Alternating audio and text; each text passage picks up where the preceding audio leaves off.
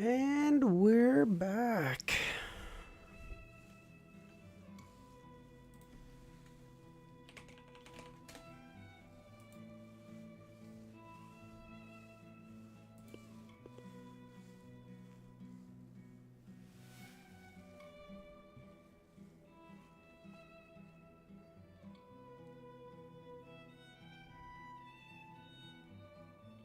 Philip, how's it going, man? How you doing?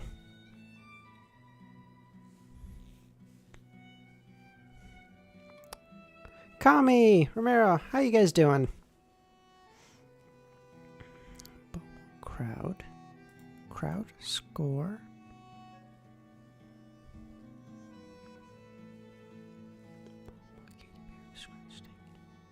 Milosh, how's it going, man? What do you think about... Okay, dude, that was so fucking good. Okay, So I knew from the start that I should... Dr. Z, thanks for popping by. How you doing? I knew from the start that it was a novel that subverts expectations, that I should go in trying to manage my expectations, and you know, just be careful of making like predictions and stuff, because it's probably not going to go in the way that I expected. All that being said, that was wild. Like, I never expected that he would kill Klein for a second time. I sure shit never thought he would come back. Once he died, I was like, dude, I don't even, yeah, like I still don't know what to, that was incredible. That was so good. That was such good story writing, dude. I can't wait to continue on and reading and find out more about the story. That quill was great. That quill is wild. Like, I remember reading it in the thing and I was like, whoa, that's interesting. I was like, that's interesting. Like, you wouldn't just mention it for nothing. It might be important. Plus, like, a strong, archbishop steals a grade 0. Like, it's got to be important. Never expected it to be that important. That was crazy. You're no longer upset about the betrayal? No. I was never up. Maybe I was a little upset at the time, but like, I wasn't upset. I was just, I was mind fucked. Pardon my language there, but like, it was wild. Like, I never expected that. I never expected Klein to die. And yeah, it was nuts, man. Trailer reaction an hour later. What do you guys think? An hour, we can do now. Fuck it, we'll do it now. How many trailers are there, and am I reacting to all of them, or what's? Well, I guess yeah. If it covers the end of volume 1, I can react to all of them. So let's do. So lovely, yeah, great. TM trailer. All of them? Wait, I'll send them in chat. Thanks, bro. It's all good. Yeah, I guess because I don't know, because I like one with subtitles and shit. I just don't have them.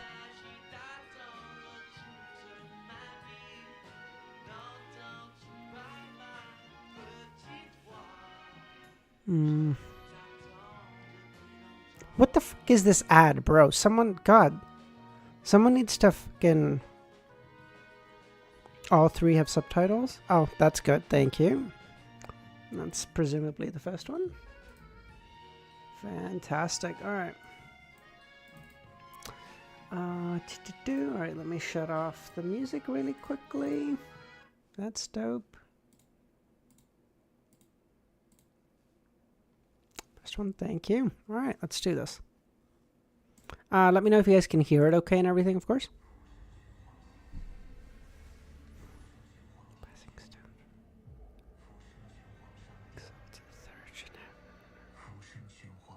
Celestial.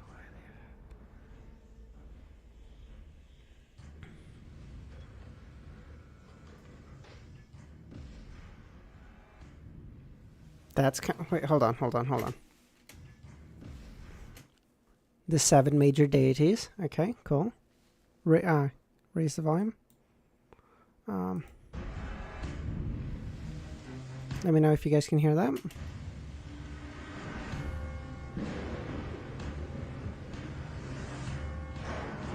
Man, Tinjin looks so good. What the fuck? Oh, that's so good. Good, huh? Perfect.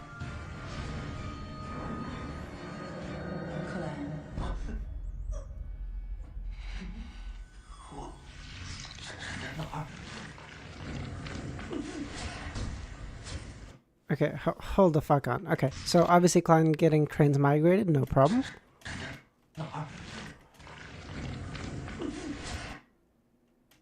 What is this?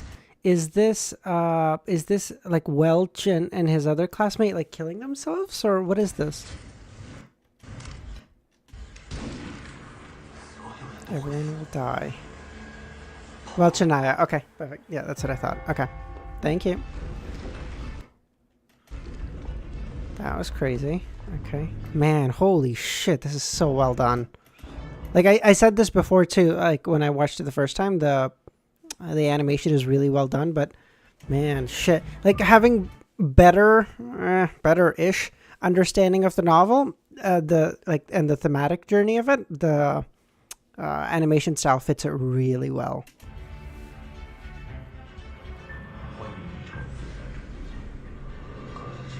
Mr. Klein.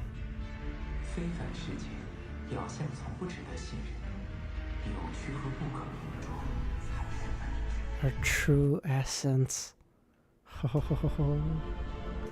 Like, this scene in particular, look at how fucking well done this is.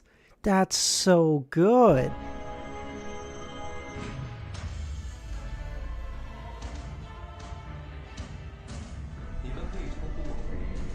The fool.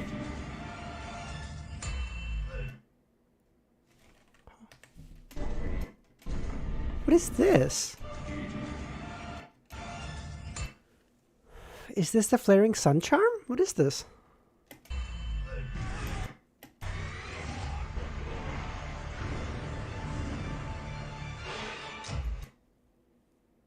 Sun charm. Okay, yeah. Okay, yeah, this isn't... Okay, so... Who the fuck is this thing? Okay, this isn't the fight. This isn't the fight with the clown. Is this... No, this... Maybe this is... Is this Bieber? Who is this? No, there was 2 people that merged into this, no? Yeah, there was 2 people.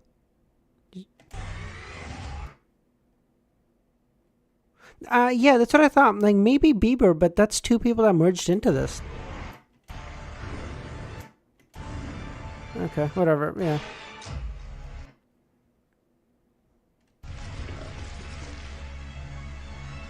He did consume a clown from a secret. Could be anime original. Oh, the warehouse, but the warehouse didn't. But the warehouse just had the guy that lost control in the bar. What? What bar? Could like, because I don't think it's Bieber, because that was 2 people that congealed into that little monster thing. And it was just Bieber, so I doubt it's that.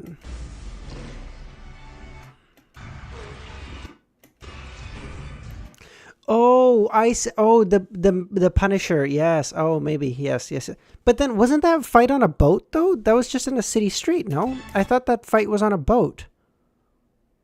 Am I misremembering that? The Quill. Holy shit.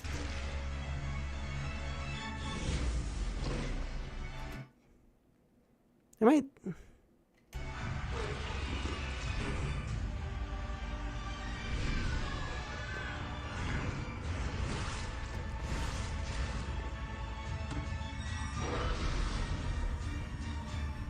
Now that one, this here is this is Madame Sharon?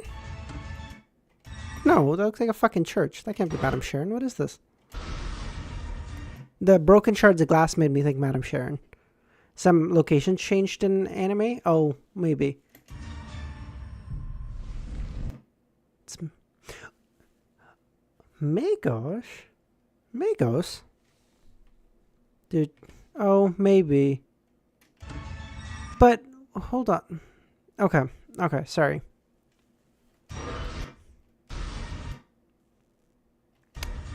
The broken shards of glass made me think of the broken mirror in Madame Sharon's fight. Hold on, she looks pregnant? What?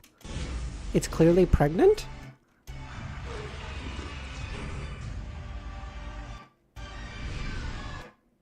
Oh, yes. Okay, sorry. Chase scene added for hype and ADHD. Oh, wait, you can hear a baby. Yes, you can. Oh, that's so subtle. Holy shit. Good catch, Light. Holy shit.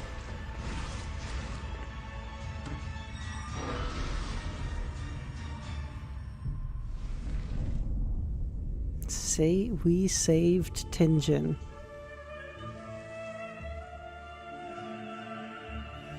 Him going to Dun's grave after the Guardians. We're also a bunch of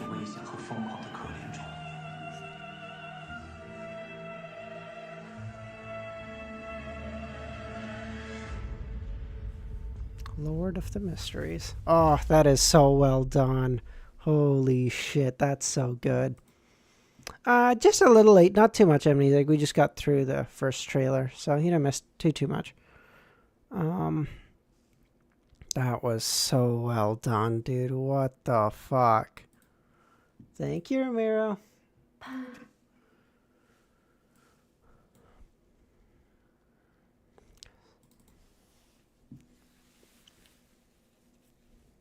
Gonna watch Vershawn, you really don't have to. I don't think I started streaming at I think I started streaming at like chapter 55, 58, something like that. So that doesn't go all the way back, but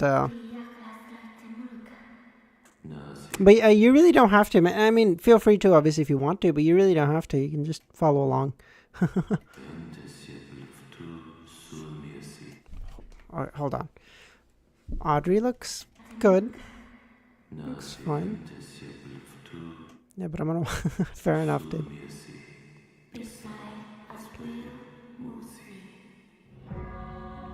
Hold on. Why is this just in such bad quality? Why is this only in 720p? Ah, fuck it. Whatever. Alger just lost away.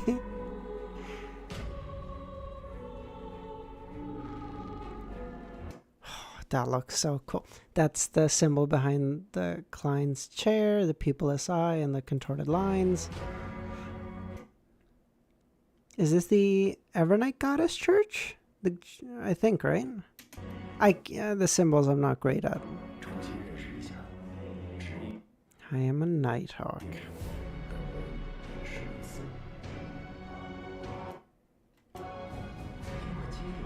You and I both have...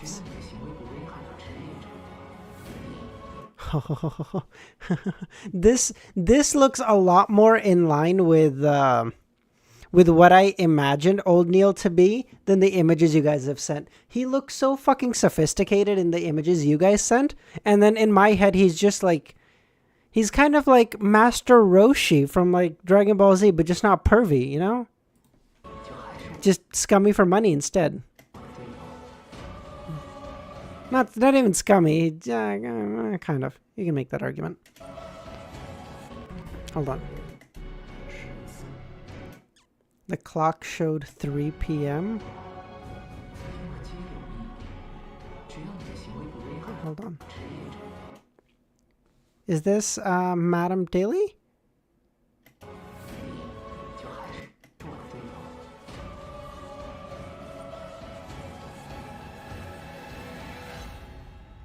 Wait, what clock, Ramiro? Did I miss it? His majestic beard. Oh, is that the Oh, that's the copper whistle, isn't it?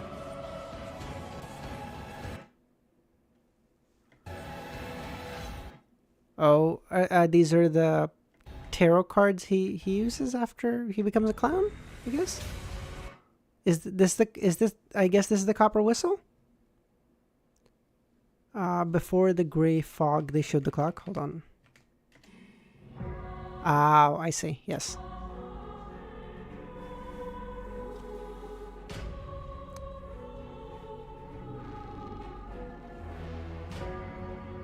Oh, the topaz pendant. I see.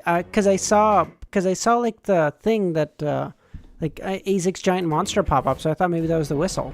But okay, that does like visually makes a lot more sense.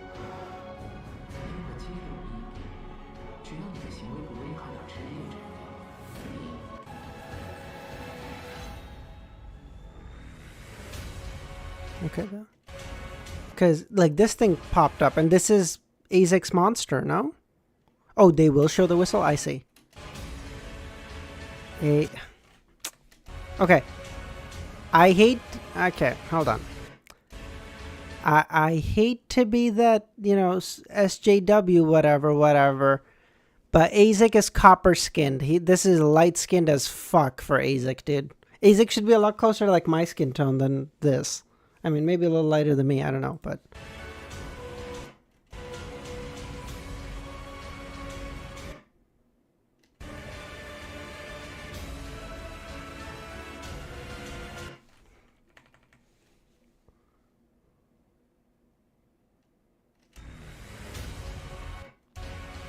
Hold on.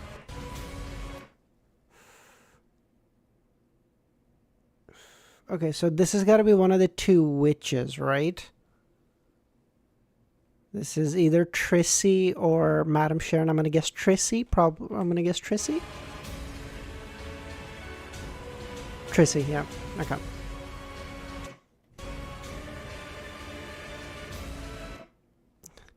Done going fucking Super Saiyan out in the hallway. What the fuck? What was that? Who is this guy?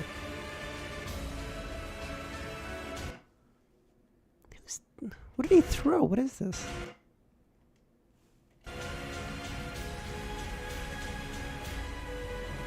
Oh, Magos again.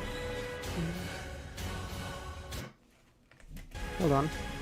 Leonard throwing away his fingernail to divert the curse. Yes, thank you. Magos again with the tarot cards. The true creator. The fuck. God, I hate this guy.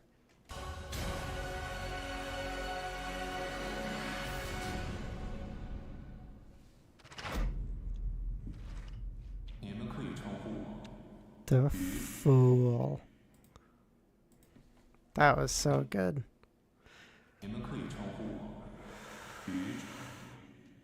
Each episode will be like 40 minutes? Really?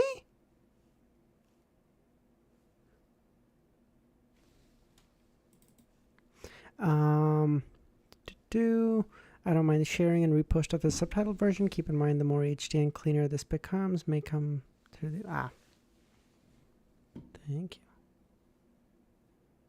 you. Devil, what happened? Each episode is around 40. Oh, shit. That's dope as fuck. Okay. Because I was thinking about that. I was like, dude, to get through all of that in like 12 chapters of 20 minutes, kind of 20, like 25 maybe, because 30 minutes minus the 5 for like openings and closings and stuff, it was going to be rough. But 13 episodes, except the first and last might be longer. Okay. Dope.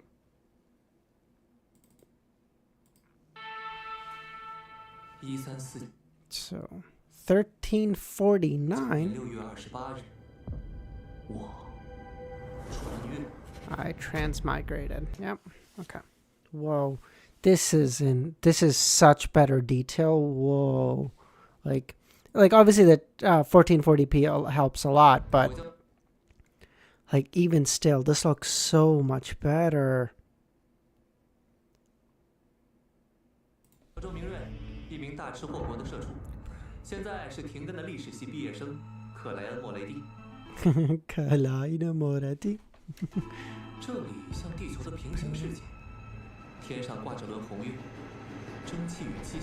Hold on. Bro is way poorer. Dude, his first... They were so poor. That's why I feel even worse for Benson and Melissa. Like, I know they have a stipend and they'll be fine, but... Fuck, man. I don't ever want them to go back there. I wish nothing but the best for Benson and Melissa. I really hope we do get to see them and meet them again. I don't care how, I don't care when. Just play.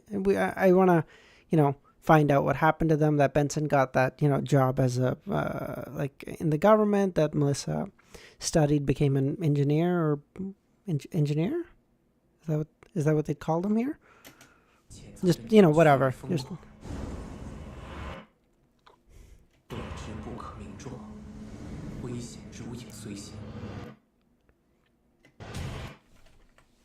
Now, hold on.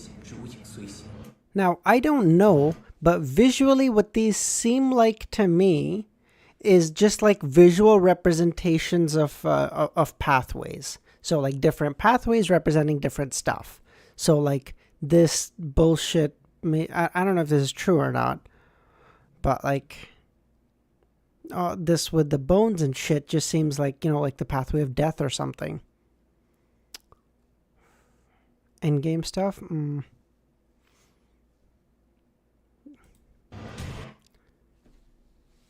I got reincarnated in a parallel world, except now I'm way poorer.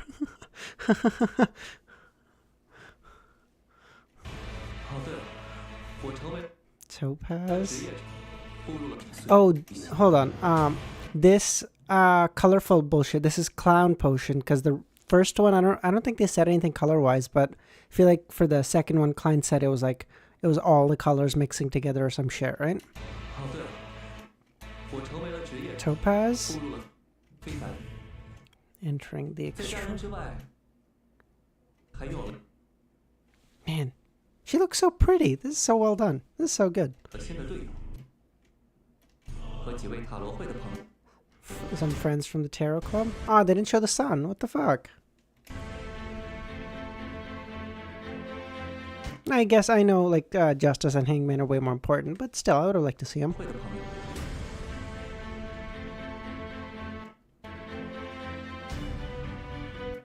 This is Inkzone Quill, right? This fucking guy? No, not this. Hold on. This is Inkzone Quill, right? This motherfucker? For sure. You can just tell how evil and audacious and fucking holier than thou this prick looks. God. In the first volume they are? Fair enough. Oh, poor old Neil.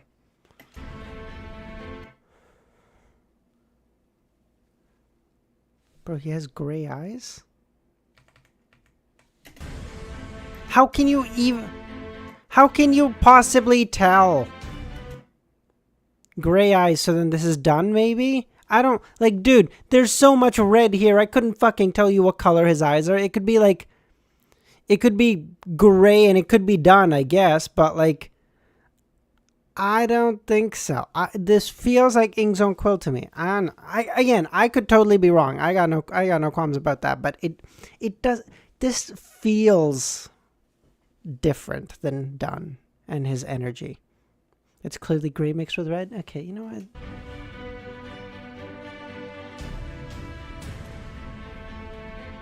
Who is that? Is this Madame Daly? Who is this?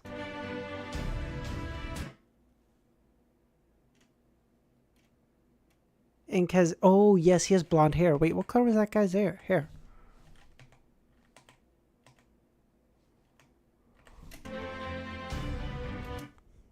Oh, he has brown hair. Oh, I guess this is done. I might be colorblind. Shut up. Whatever. That's Daly? Okay, thank you. It specifically mentioned he has no wrinkles. Yes, that is right. That's another thing, I guess. That's Azek, I think.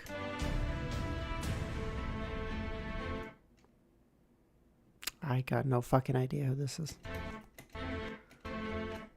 This is Azek, I think.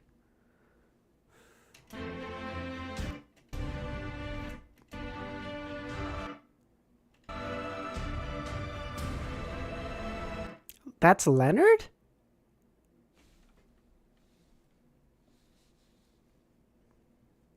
If it's Zesty, it's Leonard. Wait, hold on. Leonard? Does Leonard have... Hold on. Sorry.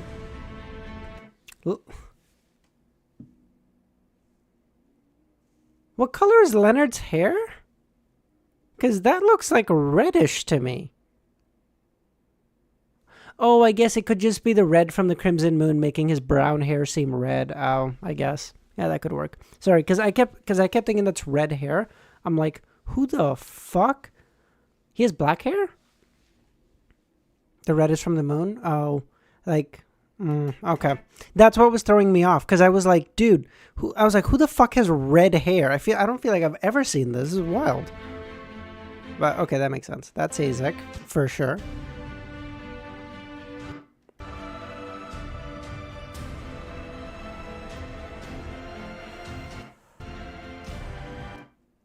Oh, that's the copper whistle. Ah, there it is. That's just his silver knife he uses for ceremony and stuff.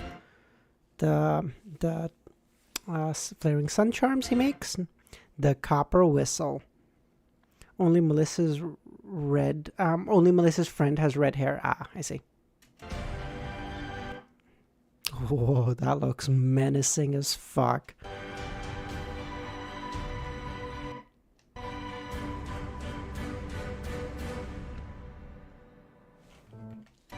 Do I?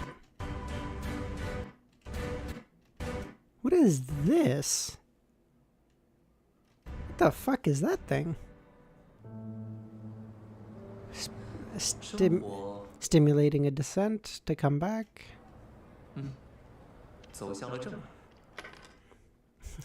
Melissa's downstairs. Klein, stop rolling the copper coins. We're poor. Spoiler, you don't know yet? Okay, cool.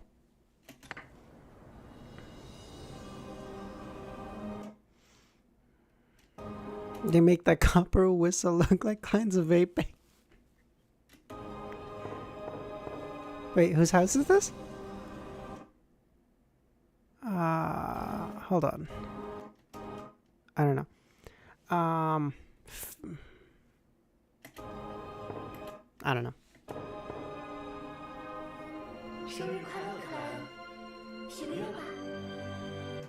Oh, Daffodil Street. Okay, dope.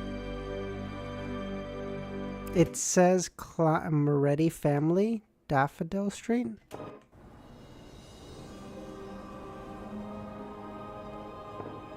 Leonard is ginger. He's not ginger.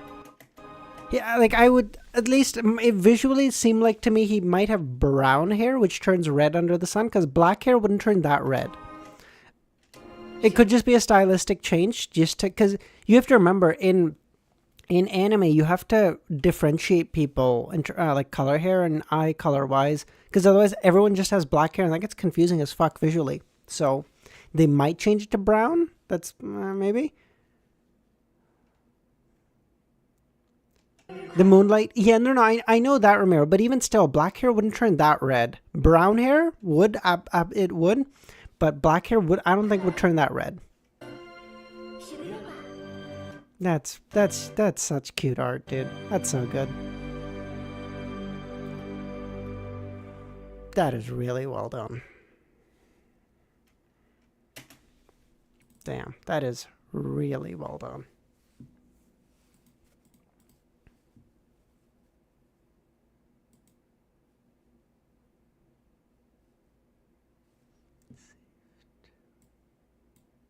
Oh, 416, dope.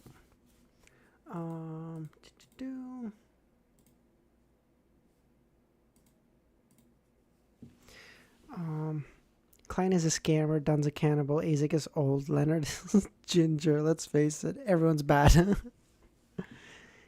Hey, listen, okay, you have to remember, Klein only scams when he needs to, and not generally from like poor people, so he's still backward? Okay, yeah, I'll take your word for it. Read. Okay. All right. Let's try to Out of 10, what's volume 1? 9. Like, just really good, man. Just really good. Except for Queen Forge, she has the strongest internal moral compass.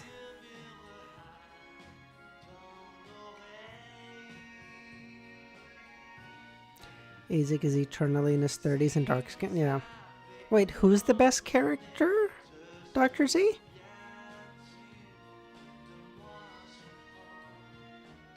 Alright, I'm gonna start reading. A train whistle resounded in every corner of the station as a metal behemoth in the form of steam locomotive came to a stop with more than 20 carriages in tow. Oh, force, I see. Dressed in a tuxedo and a top hat, Klein was carrying an exaggerated luggage bag that appeared incongruent with his figure. He took a firm step onto the ground of the Lone Kingdom's capital, Backland.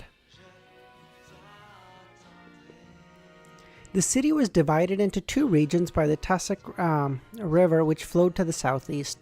The two lands were connected by the Backland Bridge and ferries. With a population exceeding 5 million people, it was the most prosperous capital in the South and North Kingdoms. In the southern and northern continents. What the fuck? Klein looked far into the distance and saw faint yellow hazes everywhere. Visibility was terrible, and the gas lamps hanging above the platform were already lit to dispel the gloominess and darkness. It's only 6:30. It looks like it's 9 or 10. Klein shook his head indiscernibly. Suddenly, he recalled a joke he read on the Tussock Times. A gentleman who just arrived in Backland finds himself lost in the thick haze. Helpless, he asks a drenched gentleman passing by him, "How do you get to the Tussock River?" The gentleman answers in a friendly manner, "Walk straight without stopping. I just swam from there." Every time I read Backland newspaper or magazines. Alright, sorry. Oh, by the way, alright, chat, vote again. 1 or 2? 1 or 2? Your call, but you guys can decide, okay? Every time I read Backland's newspaper or magazine, the reporters and editors would make a mockery of the polluted air, the increasing number of foggy days in every conceivable way. Previously, the Backland Daily Tribune even did the statistics and found it had gone from 60 days a year from 30 years ago to presently 75 days a year. For this, many farsighted people established organizations like the Soot Reduction Association, Smoke Reduction Association.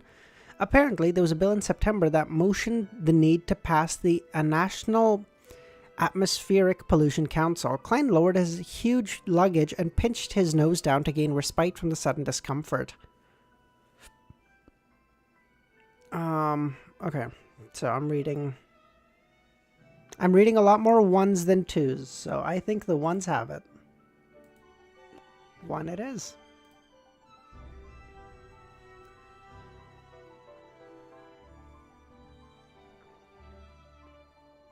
I won't miss anything important, Milos. Have a little faith, God.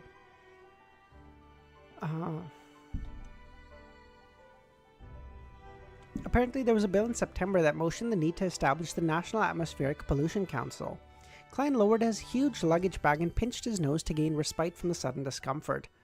Then, tracing his golden chain, he fished out a golden pocket watch from his vest pocket. He popped it open and looked at the time. When he truly bade farewell to his siblings, he had especially visited a department store and spent £4 10 solai to buy a golden pocket watch and matched it with his golden chain worth £1 and 5 solai. Remove the true creator? Yes, I'm gonna get to that. We're gonna figure out what to... already read it, Ramiro. Too late, bitch. Gotcha. Yeah, we're taking that bitch down today, okay? That's it. No more. Then tracing his golden chain, alright, to not be constantly aware of the exact time made him feel a sense of horror. Klein had planned on buying a silver pocket watch as he felt it matched his temperament, but after considering the true essence of a clown, he finally chose a more showy and exaggerated golden watch.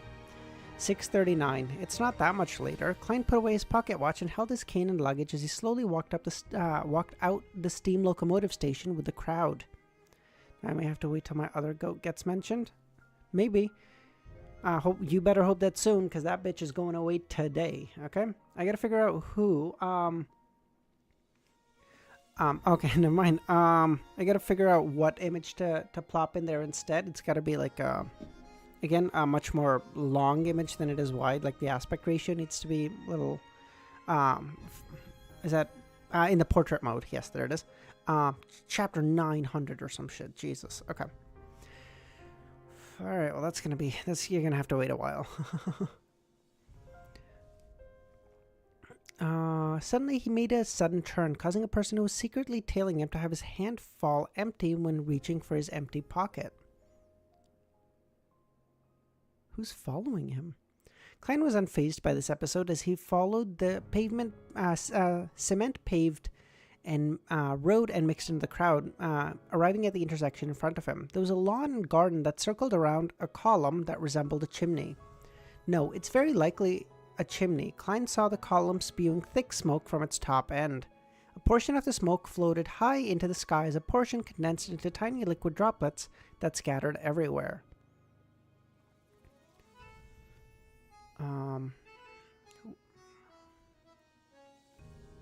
Klein paused once again as he set his luggage down. He spread open the newspaper and map that he held onto using his other hand. While on the steam locomotive, he had already planned where he was going to go and what he was going to do next. What, Ramiro, and just spoil anyone who comes in even for a moment? The experiences that he had undergone and the mental experience that he had when disguised as a clown in the morning made Klein understand the true essence of a clown. Although being capable of knowing a little about fate, one remains helpless towards fate. Therefore, one might as well use a smiling face to hide all the pain, sorrow, confusion, and depression. We can put fours. We can also put like the Fool tarot card of Klein. I was thinking was another good one, but yeah, you guys, if you guys have like any recommendations of what you want to see on there, I'm happy to do that.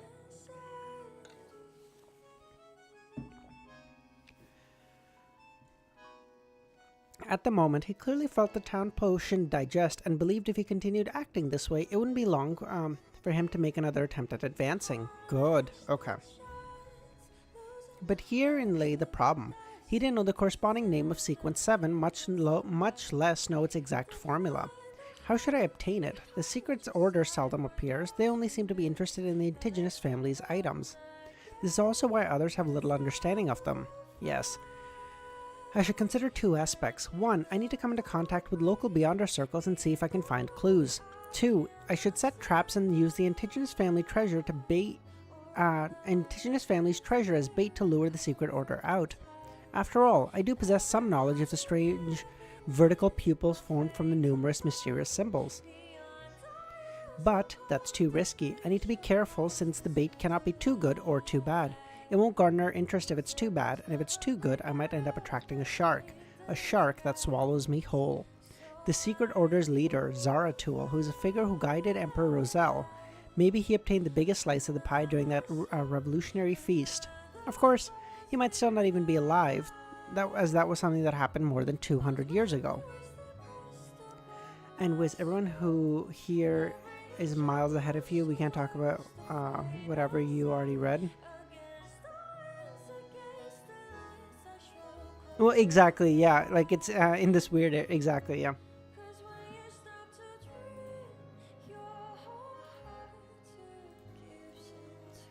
You can also put together the 4 tarot cards, Fool, Justice, Hangman, and the Sun.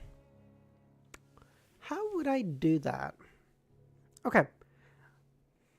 Maybe add new cards as time goes on later. Oh, that's not a bad idea. Okay. Maybe visually what we can do is... Hold on.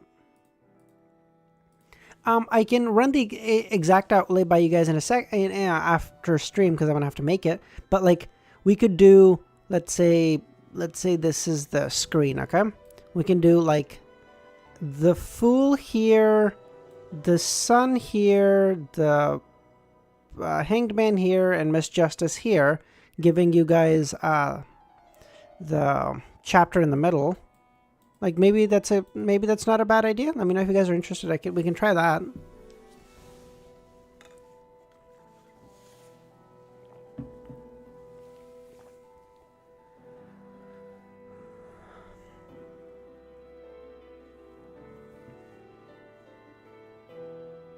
The sideways stuff, no.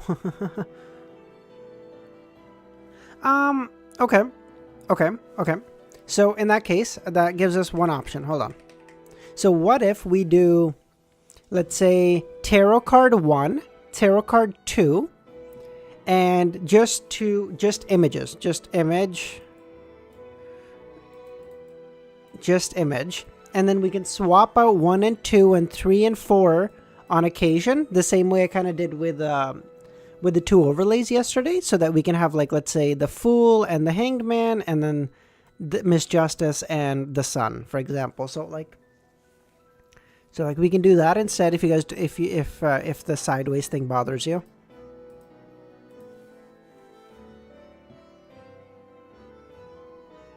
That's okay. All right. Okay. I'll work on making that later, and then we'll figure that out. I'll send if you guys are in the Discord, I'll send them through when I make them, and then we can make adjustments as needed. Okay. All right. No, that's all. We're gonna put art new art available soon. We can always exactly. How should I do? Amidst his thoughts, Klein felt the coldness of Backlund and couldn't help but shiver. He decided to find a residence as soon as possible. He flipped through the papers and once again browsed through the rental section and saw a circled advertisement. 15 Minsk Street, Cherwood Borough, Terrace House, weekly rent of 18 solai. Klein had thought this very carefully about the area which he was going to stay. Although Backlund had a population exceeding 5 million, he still needed to be wary of meeting local Nighthawks, be it the newly transferred Daly or Loretta, Era Harnson, and Borgia that he previously met. They would definitely be able to recognize them. Therefore, Klein eliminated the North Borough, where the Church of the Evernight Goddess's Backlund Diocese headquarters and St. Samuel Cathedral was. He also eliminated 2 areas with the best security and extremely strictly monitored by the Empress Borough, and extremely strictly monitored Empress Borough and Western Borough. These 2 boroughs belonged to nobles and the richest magnates, with more of the nobles living closer to Empress Borough. After eliminating the worker areas, the harbor, and the East Borough, Backlund Bridge region, where the poor gathered, Klein had few choices left. The first was Hillston Borough, where the Backlund Stock Exchange was. Clearinghouse, future centers, and the 7 major banks' headquarters, various trust funds, rail companies, and bulk cargo commerce companies were. It was also known as the financial, business, and economic center of the Lone Kingdom. The second choice was the Cherwood Borough, where there were many small companies and residential buildings. The 2 boroughs had a lot of people in them, and security was relatively good. It was good for hiding in. After some serious consideration, Klein chose the cheaper Cherwood Borough. I'd probably go with that one too. The reason why he didn't seek out organizations like the Capital Housing Improvement Company or the Capital Housing Improvement Association was due to the fact they needed identification that he can't produce at the moment. If I can't find a place to rent today, I'll find a motel that doesn't need identification to stay in. Klein gathered the things that in his hand that carried his luggage. According to the map, he walked towards what seemed like a department store. That was the Backlund Metro entrance. Yes, a metro.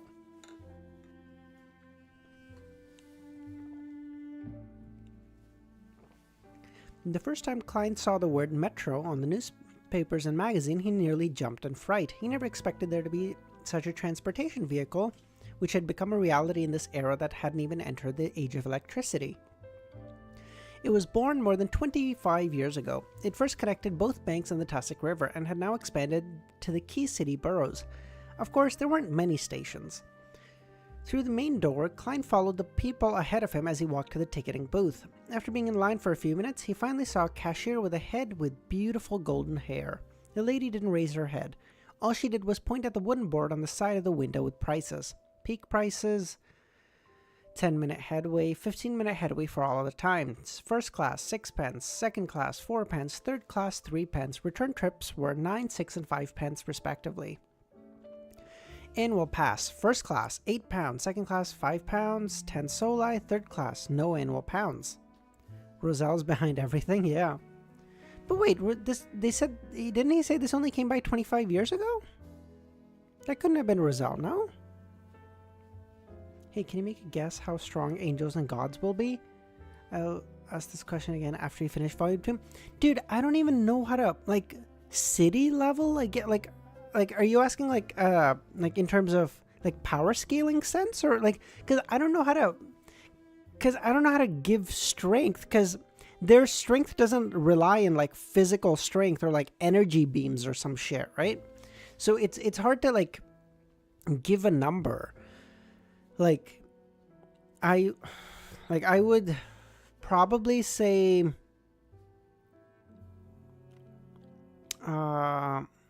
sequence 6, Madam fuck, I forgot her name. Madam Sharon was Madam Sharon would probably be like low city level, I would think.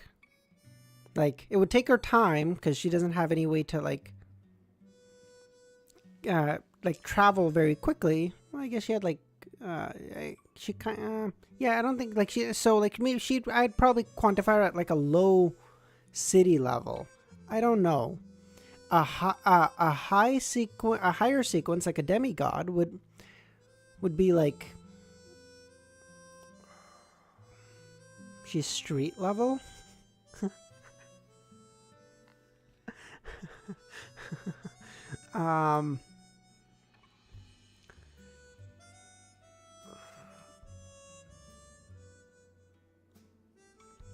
Yeah, so like a high sequence I would probably put at like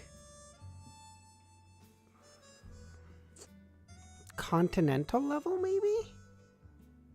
Like if shit hit the fan, they could probably nuke a continent. But Demoness don't have that many destructive abilities.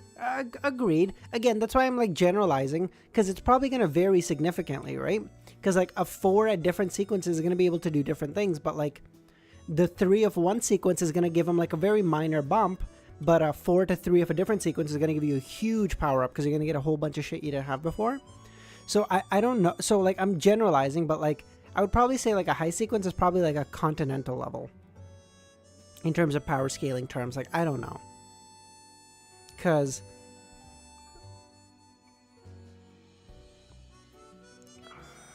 yeah, I don't know. I'd probably go with continental level, I think would probably be best. I think if shit, like, the fact that, what do you call it? The fact that Saint Selena's ashes were able to even momentarily restrict the movement of the... what was it? The child of the child of the true creator. Those are the ashes of someone. Yeah, those are the ashes of someone who died like so long ago, and she was a high sequence beyond her. So like continental level, I would probably say is like a good guess. But again, their powers are generally more spiritual and shit than physical. So like I don't know. I don't know how to quantify that. Sequence 4 ashes? Yeah. Sequence 4 ashes is equivalent to like a sequence 6 beyonder, which is fucking nuts. It's more than a sequence 6 probably, but still. It's cheaper than I imagined. There's no distance restriction. Melissa would definitely love this more than a horse carriage. This is the combination of machinery, Klein thought as he suddenly felt upset. He revealed a brilliant smile and fished out 4 pence and handed it to the customer. Second class seat, please. The cashier tore a ticket and stamped it before handing it to Klein. After finding the line that led to the Chairwood Burrow and passing through the not very strict security checks, Klein went down the flight of stairs and quickly came to the platform. He followed the labels on the ground and found the corresponding location for second class seats. Holy shit, it's already been 40 minutes. I haven't even gone through one chapter yet. Fuck. He didn't wait long before he heard the chugging sound of the train and the thunderous steam whistle. He saw a huge steam locomotive. Its large and meandering body, together with its black metallic luster and complex machinery, mixed together to form a unique beauty. Backland Metro still used steam locomotives. The smoke that they spewed was specifically designed to enter a pipe above and travel through a chimney out into the world. Interesting. So it's basically just a fucking train, but then they just have like places for the smoke to get out. Interesting. Okay. This is also the true usage of the lawn and garden out on the street level. Amidst the screeching sound of metal, Klein first waited for the passengers to alight before carrying his cane and luggage over slowly. He then allowed the conductor to check his ticket.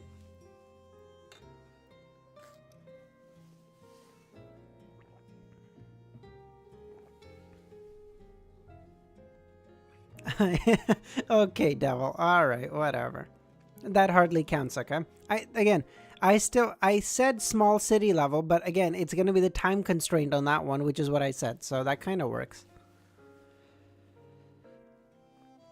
Unlike third-class seats, second-class seats were one person to a seat, so there was no concern about having one's seat snatched. Just as Klein sat down, stowed away his luggage, and leaned on his cane, he suddenly heard hurried footsteps.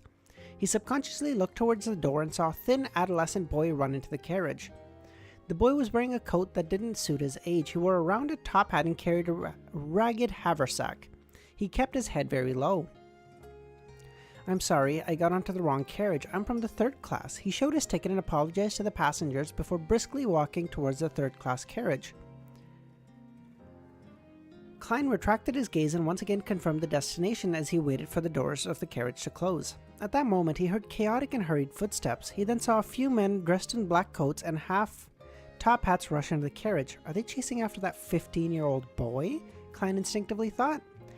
He shook his head and continued reading his newspaper, just like the other passengers aboard the carriage.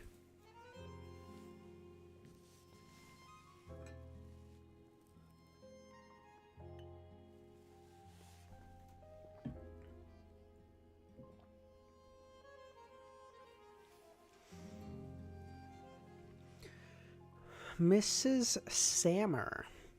Did he see a teenage boy? He's wearing an old coat. He's one of the men who dashed into a carriage and asked the conductor fiercely. What? Did you see a teenage boy? He's wearing an old coat. One of the men who dashed into the carriage asked the conductor fiercely. Klein glanced at the man through the corner of his eyes. He was thin and hardy, his skin a dark shade of from prolonged exposure to the sun. His eyes were much more recessed than the typical Lone Kingdom citizen. A Highlander or a mixed blood, he thought thoughtfully. He nodded thoughtfully. What the fuck is happening to me? Hold on, I can't read. In the middle of the Northern Kingdom, the point of the Hornaces mountain range began. There was a highland which was extremely hot and dry. Most of it belonged under the Fenapotter Kingdom, while the area west belonged to the Aintus Republic. The area to the east belonged to the Lone Kingdom. Its natives were thin and barbarians, but they were brave and skillful in warfare. A long time ago, they posed as one of the biggest problems for the three nations. But with the advancement of gunpowder and the changes in the way war was carried out, these Highlanders eventually recognized reality and submitted. A large number of them left the Highlands and entered Backland, Traer, Fenapotter City, and various flourishing cities or ports in the Northern Kingdom. Some were workers, while others became grunts of local triads. They dared to kill and showed no fear of thorny situations. The conductor was a man in his 30s. He shrank back when he pointed in the direction of the third-class carriage. I saw him. He went that way.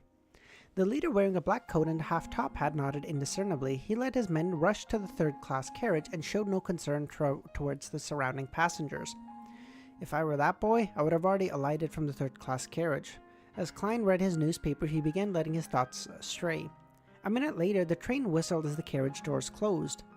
The steam metro began speeding up as it cruised along, but at that moment, Klein suddenly sensed something as he looked up to see the doors leading to the second-class carriages. The teenage boy walked slowly into the carriage with his old coat and a rounded top hat while carrying a ragged haversack. He looked adolescent and had refined facial features. His red eyes were stained and solemn. Red eyes? That's cool. Impressive. He alighted from the third-class carriage and circled around to enter the first-class carriage again. Was he afraid of the pursuers? Was he afraid that the pursuers had partners waiting for him inside the metro station? Klein was slightly surprised. He felt the boy's handling of the situation was rather mature and careful. He was much better than most men in their 20s. He clicked his left molar secretly and activated his spirit vision. He scanned the boy and saw that he was in a state of fatigue. His emotions were tense and dispirited. However, he still maintained a blueness that represented calm thinking. Impressive. At that age? Klein mumbled silently as he lowered his head and continued reading his papers. The boy didn't notice that he'd been scrutinized by a beyonder as he headed for the third-class carriage again. The rest of the journey happened stably and calmly. Klein arrived 20 minutes later at one of the 3 train stations in the Sherwood borough. He took a rented carriage for nearly 10 minutes before finding Minsk Street. According to the description in the papers, he came to Unit 17, which was next to Unit 15, and pulled the doorbell. As the sounds reverberated inside the room, a mechanical bird that didn't look too fancy popped out from above the door. It was about the size of a palm and made up of gears and other parts. It constantly nodded its head and let out the sound of a cuckoo bird. Not a bad toy. It's just not very well crafted, Klein made an objective statement. Nearly 20 seconds later, the dark door was pulled open. A young maidservant dressed in white and black looked warily at Klein and asked, "May I help you?" Oh, sorry. Oh, God. Klein smiled and waved his cane, which was now trapped with the newspapers. "I'm here to find Mrs. Sammer about renting a house. I'm guessing that it hasn't been rented out." The full name on the newspaper was Stalin Sammer. "Not at all. Please, wait a moment." The maidservant bent her back politely. She rushed inside and reported to the mistress. Moments later, she came out again and ushered him in.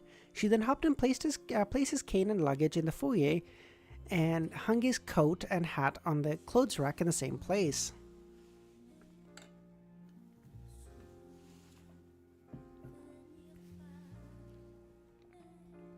A warm blast of air inundated him, dispersing the chill Klein had brought in. He scanned the area and first saw a uniquely designed fireplace. He saw pieces of red, smokeless charcoal burning inside.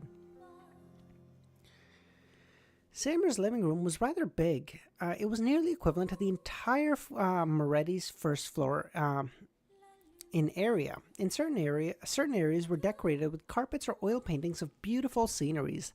The maidservant brought Klein to the sofa and said to the mistress in the pale yellow dress, "Madam, the guest is here." The mistress was in her 30s. She had blonde hair and blue eyes. She looked rather pretty and had preserved her youthfulness well. She held a silver inlaid feathered royal fan in her hands. As she was at home and the fireplace made for a warm environment, she didn't wear anything around her neck, revealing her white bosom and shiny long neck. Okay, dude. "Hello there, Mrs. Sammer." Klein pressed one palm to his chest and bowed. Mrs. Sammer smiled in a reserved manner. "Good evening. Please, have a seat. Do you wish for some coffee or tea?" Klein sat on the sofa and answered frankly, "Tea, please." Julianne Marquis Blee tea. What? Julianne Marquis black tea. Good lord. Instructed Mrs. Sammer. She then turned her eyes to Klein and asked, "How may I address you?" "Sherlock Moriarty. You can call me Sherlock." You're kidding. He couldn't go with Sherlock Holmes? Or James Moriarty? Why did he have to mix the two? You're kidding. Klein had long thought of a fake name. At that moment, he caught a whiff of a fragrance from the kitchen and saw complicated pipes. You're kidding. So he's going to be Sherlock Moriarty. Good lord. Those are my husband's design. Although his actual job is a manager at the Coim company, he's a machinery enthusiast. What is Coim?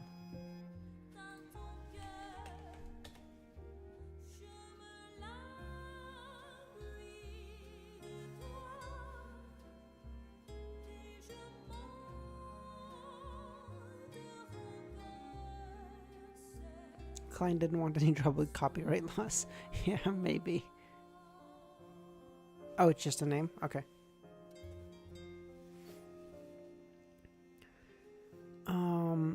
He's a machinery enthusiast. He's also a member of the Lone Kingdom Suit Reduction Association. Mrs. Sammer noticed Klein's gaze and explained with a smile. "Mrs., there's no need to go in such detail. I'm not here on a blind date with your husband," Klein lampooned. "Mrs. Sammer, I wish to rent Unit 15. Mrs. Sammer straightened her back as she sat elegantly. "I have to remind you of certain things. Unit 15 doesn't have such pipes, reclining chairs, card tables, mahogany kitchen cabinets, fine porcelain, silver cutlery, gold-plated tea sets, or removable carpet. She pointed at the things in her house as she introduced them one after another. Once she was done, she added, it originally belonged to my elder sister and brother-in-law, but due to a business failure, my brother-in-law had no choice but move to the southern kingdom. They have a plantation in Balam. No, isn't Audrey's isn't one of Audrey's brothers, maybe her only brother, I don't know. No, one of Audrey's brothers in Balam? Am I misremembering that? They had a plantation in Balam. However, I don't agree with their choice. This is just too unfair for my niece and nephew. There are no good grammar schools there, not even a good home tutor. Mrs., that's not something I'd like to know. Apart from the weather, there's no place in the southern kingdom that can compare to Backland. Albert, yes, thank you. His agreement satisfied with Mrs. Sammer greatly as her eyes darted slightly. The house still has a 3-year lease. I wish for you to pay a year's rent at once, 18 solai a week. The use of furniture will cost a solai a week. I will collect a deposit of £50? Oh, the guy who sees the people as potential servants, yes.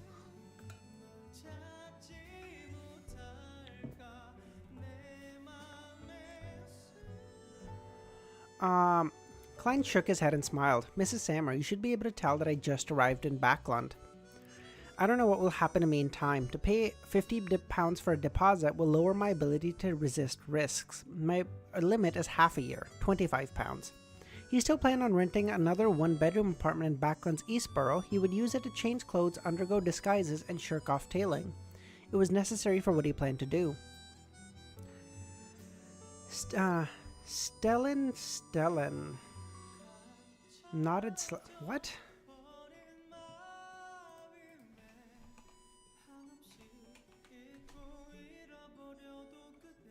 I think that's supposed to say Stellan Sammer. Nodded slightly and asked, have you studied at grammar school? Klein chuckled and said, yeah, I think that's supposed to say Stellan Sammer, I guess. Klein chuckled and said, yes, Yes, I later self-educated history. Do you have any identification with you? Asked Stellan casually. I'm sorry, I was in a hurry when I left home and forgot to bring it with me. I forgot to introduce myself. I'm from Midseashire. Klein deliberately used the accent his classmate Welch often used. When he said forgot, it reminded him of Captain Dunn. The smile on his face turned even more brilliant. At this moment, the maidservant Julianne had brought over a cup of tea. The cup was porcelain white with classic flowery patterns. Some areas were even plated in gold. Klein took a sip and found the fragrance distant. A mix of sourness and sweetness were perfect. It was clearly much better than side black tea that he often drank. Very authentic Marquis black tea, he complimented. Mrs. Stellan Sammer curled her lips and said, then let's do half a year's rent, £25. Klein thanked her and engaged in a few minutes of idle chatter with her until another maidservant found a service contract from his study.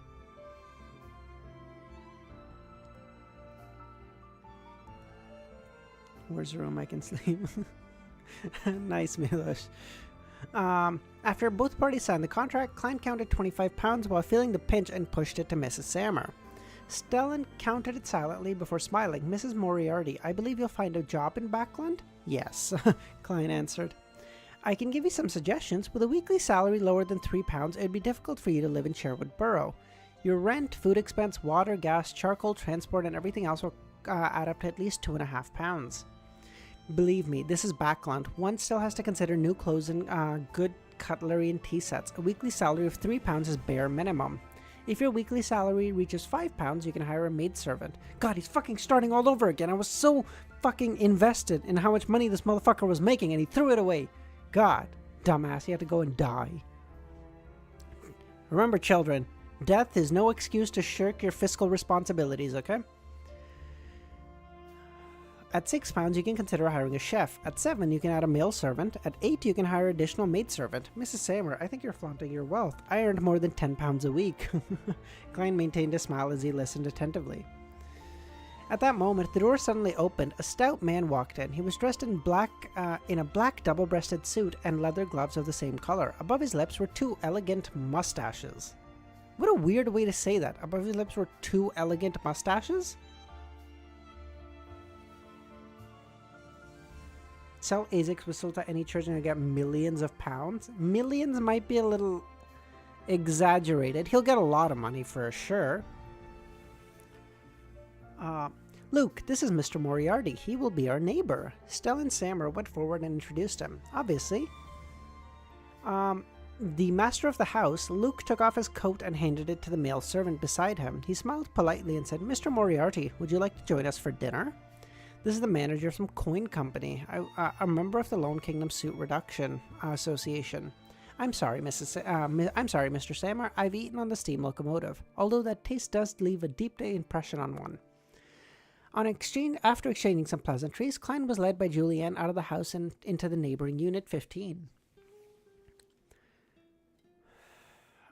But having ASIC on speed dial is way more helpful. Fuck yeah.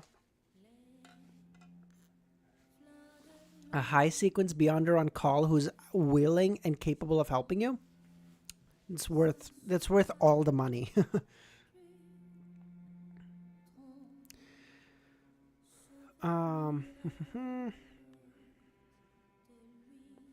The layout was very similar to the unit next door. The first floor had a huge living room, dining room with decent lighting, 2 guest bedrooms, a bathroom, a cellar, a kitchen that extended all the way to the back. On the second floor, there were 4 bedrooms, an activity room, a solarium, a study, 2 bedrooms, and a huge balcony. You can say, like it's very small, and I think Cuttlefish probably did it on purpose.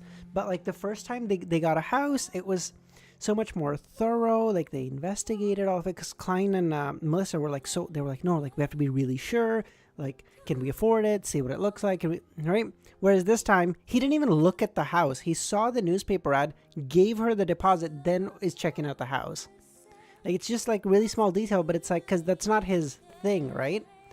That's not what he does. He doesn't, like, he just, whatever. But like, Melissa and Benson were like so much more on top of it. So they were like, no, like we have to make sure that like, okay, is this house good? What we're paying for? Are we getting it? What all that stuff, right? So it's just really tiny, really cool stuff. Mrs. Sammer wishes to tell you that you can rent out part of it, but not to workers or make this place too packed or noisy. I'll bring you clean blankets, sheets, and pillowcases in a while. He's not renting it out, bro. Are you nuts? Bro, I have to go. My mom's making me meet my relatives. Go see your family, Romero. Go on. Alright, I'll talk to you later. Yeah, whenever I make the overlays on, I'll send them in on Discord. Let me know what you think about it, bud.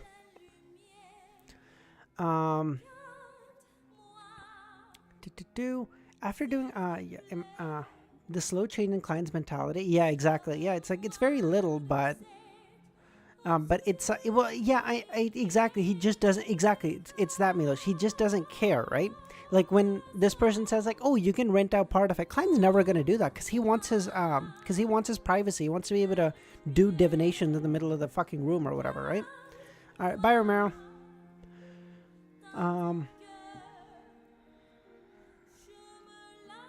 He sat in an empty living room and suddenly felt lonely. Hence, he forced himself to consider future plans. Whether he liked it or not, revenge and advancement couldn't be done at the blink of an eye. He had to obtain a lucrative job to prevent himself from facing financial problems.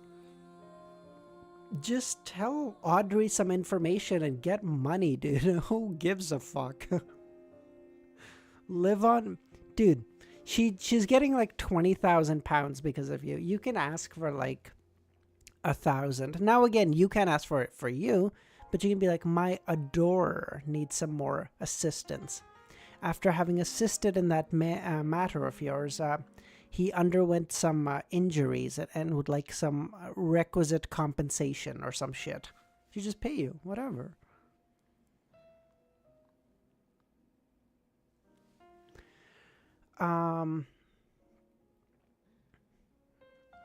The slow chain in Klein's mentality. Exactly, yeah.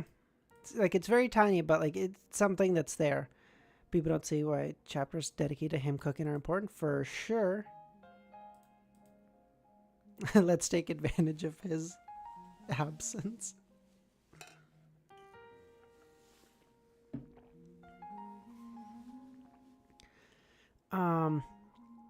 However, the jobs couldn't restrict him and affect his movement and plans. In other words, he had to have sufficient freedom.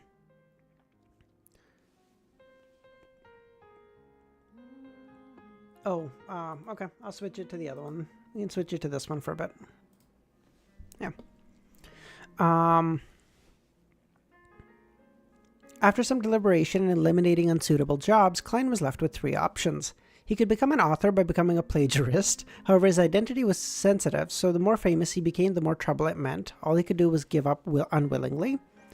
The second option was to become a news reporter. This was considered quite a decent job in this time and age. However, job applications required educational certificates and other documents. Klein was helpless in that aspect. Well, and you also have to consider you would be running towards danger, which generally might mean like you might run into like Nighthawks and Punishers and stuff, right? Which you don't want. Some readers call Klein doesn't have much, but always ignore. Yeah, like the third job. Finally, he chose the third job, private detective. That was also the reason he had taken on a fake name. Oh, that's very good. Lyola, how you doing? We just finished 2 chapters, so still a decent bit to go. So not too much at all. 6, 7 more chapters. Oh God. Oh, my lord. You missed Sherlock. Yes, you did miss Sherlock Moriarty. Klein started his first morning in Backland under cold and humid weather conditions with a light fog that provided very little visibility. For breakfast, he had 1 liter worth of cheap tea costing a penny and 2 pieces of bread with inferior butter. He was busy the entire morning, but he went first to Sherwood Borough and Backland Bulletin to post any advertisements for a month at the cost of £30?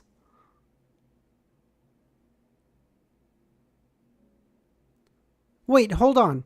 The advertisement cost £30 for a month? It's £1 a day? That's got to be a typo, right? That's crazy. What? From Tuesday, the Backlands Bulletin loyal reader would see a tiny advertisement along the seam of its 7th and 8th pages.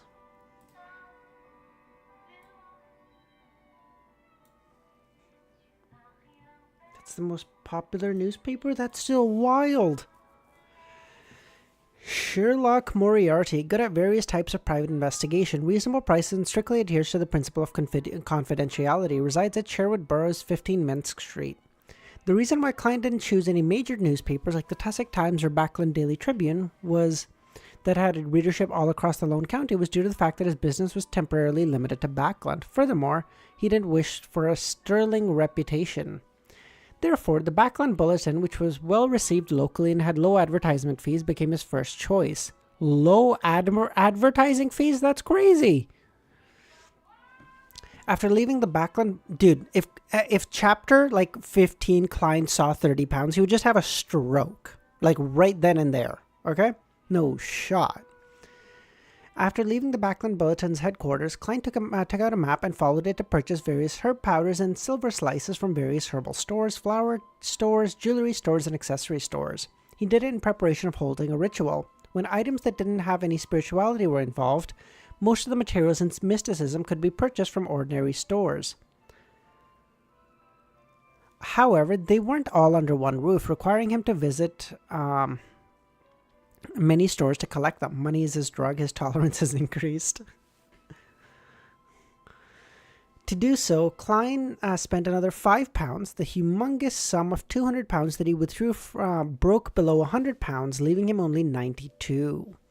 Spending money is as easy as drinking water. Klein found a small cafeteria nearby and ordered a black pepper steak worth 8 pence. He returned to 15 Minsk Street at 1 in the afternoon. Without rest, he spent his time using slumber flower, dragon blood grass, dark red sandalwood, and the mint powders to create holy night powder, a key ingredient needed to create a wall of spirituality. He could only make do with this method until he bought a real silver ritual dagger. Oh, fuck, he doesn't have that either. Oh, for fuck's sakes. Klein speculated that he would have to advance to sequence 7 before he could do away with this restriction. Justice, Hangman, and the Sun haven't requested for leave yet. The gathering will be held on time today. Thank God.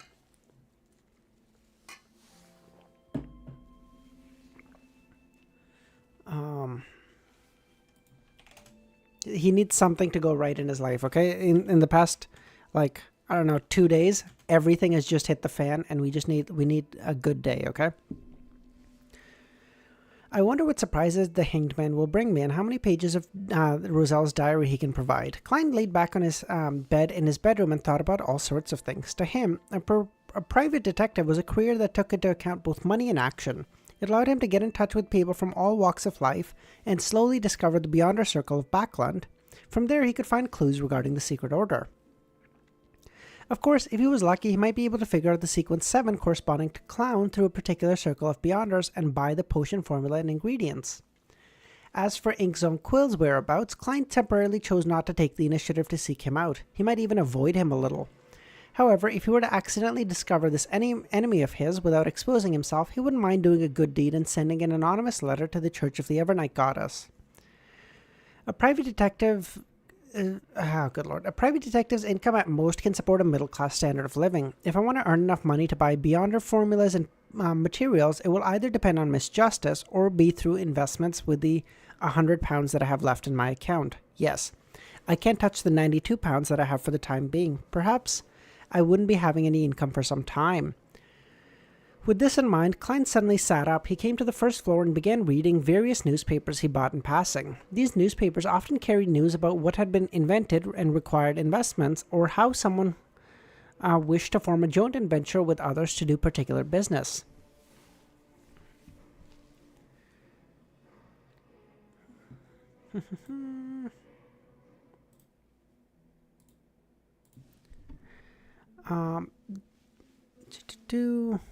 Hold on. Wait, where am I? Klein relied on his knowledge from Earth and understanding of this era to carefully sift through projects. Unfortunately, none of them on the papers today were reliable. At 15 minutes to 3, he returned to his bedroom, locked his door, drew the curtains, and used the Holy Night powder to create a wall of spirituality. He took 4 steps counterclockwise and arrived above the grey fog. He sat at the high-backed chair belonging to Mr. Fool before extending his spirituality and touching the crimson star that symbolized the sun as if responding to a prayer. This is one of the few things in my life that hasn't changed. In the area outside the Silver City, a grayish-black tower that was half collapsed. 9 members of a patrol squad were gathered around a blazing bonfire, chatting about their experiences in a few days. There were also a few other team members guarding the perimeter, prepared for any possible attacks that may break out. Many of the City of Silver's Beyonders had used their blood to teach them a lesson. At all times, never let your guard down. The monster in the darkness could very well be right behind you.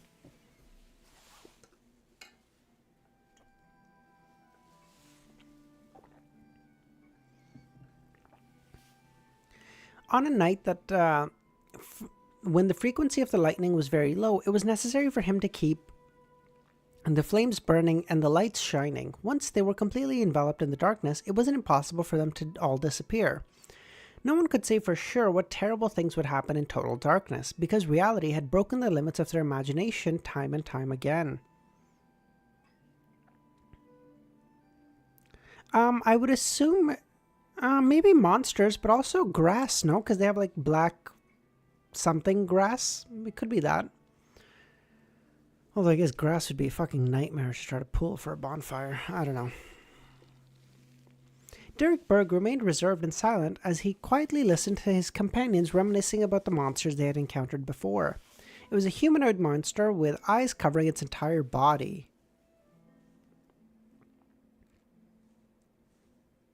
That's weird. Black-faced grass, yes. In order to finish off the monster, the patrolling team suffered a heavy price with 5 injured and 2 severely injured. That's too precious? Oh, yeah, I guess I don't know how much they have. So, yeah, if it's rare, then yeah, definitely.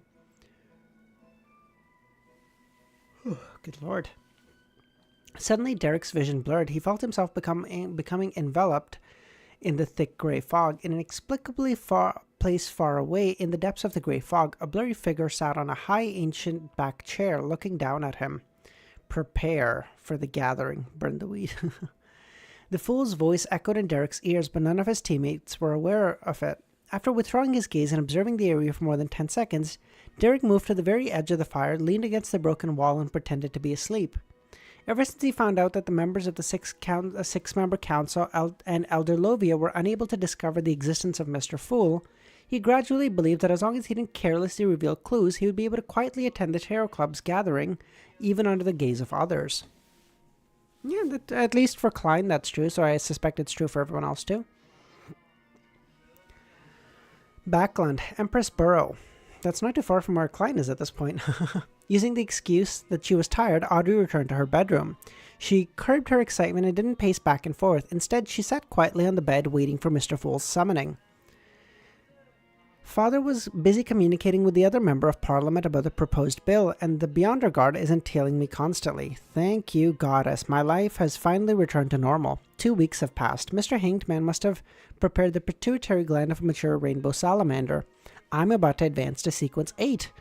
To her, this was even more exciting and worth looking forward to than the 30,000 pound bounty and the large plantation worth at least 8,000 pounds. God, Klein is like, I have to keep these 92 pounds, like, I can't be spending them carelessly, la-di-da-di-da. She's like, 38,000 pounds. Oh, well. Kind of nice to have. Don't really care. Oh, my God. On an ancient-looking sailboat, Alger Wilson locked the door to the captain's cabin and sat behind a sextant and the ship logs. He kept memorizing the contents of the thick stack of sheets in front of him. Oh, the Roselle diary. After the investigations, he left the bustle of Backland without any qualms, and after being rewarded by the upper echelons and returned to sea, carrying a batch of secretly copied Roselle diary pages. After digesting the Seafarer potion, I'll be able to advance normally. My contributions are enough for me to trade for the formula and ingredients. However, this will expose the fact that I know the acting method. There are advantages and disadvantages. Alder shook his head. At that moment, without knowing Chinese, who knows, Who knows, Kami? At that moment, he felt the summoning of the Fool. His mind suddenly recalled the face of the Rear Admiral, whose flesh and blood quickly rotted as the pieces of his face peeled off. Alger instinctively lowered his head, allowing the Crimson Tide to engulf him. Potions enhance memory? Oh, that's true. Is it all potions? I thought it was just the Seer potion.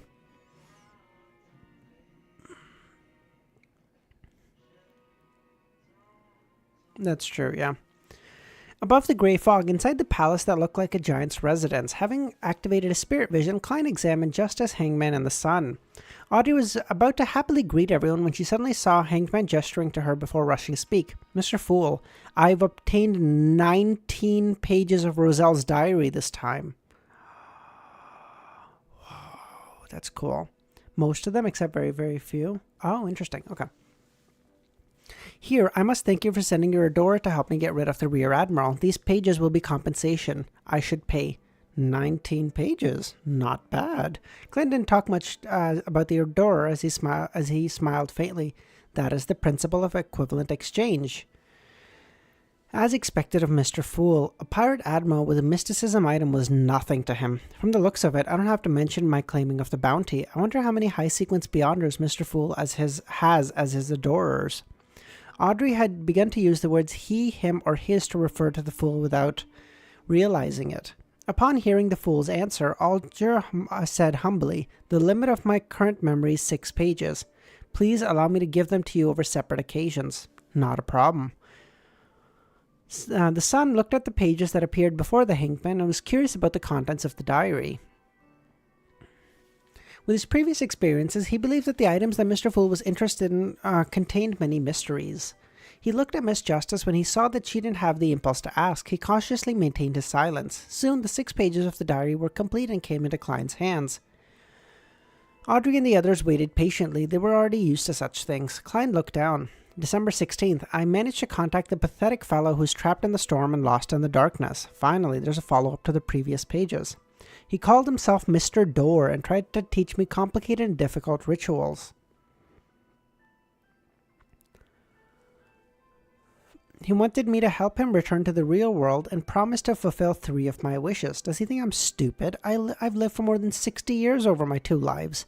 Does he think I can't tell the usual manipulation technique done by gods and devils? But the history of the 4th epoch that he described was truly interesting. Mr. Door.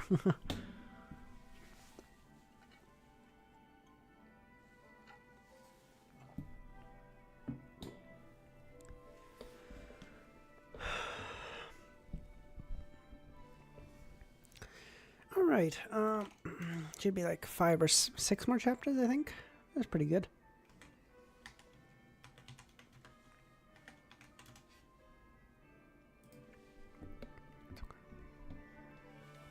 Mr. Door, this naming style is very similar to mine. I wonder what is the real name of this pathetic fellow who's just lost and trapped in the deep darkness amidst the storm. Or what his sequence is, or rather, just as Emperor Roselle guessed, he's just an evil god or devil. Clan let out a silent chuckle which was mixed with self-ridicule and self-deprecating humor. He too was interested in the history of the 4th epoch.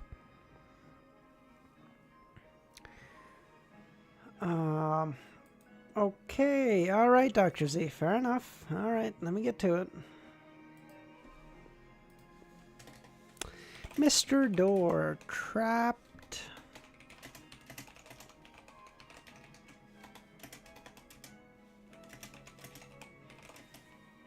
He was referred to as the pathetic fellow? Oh, I see.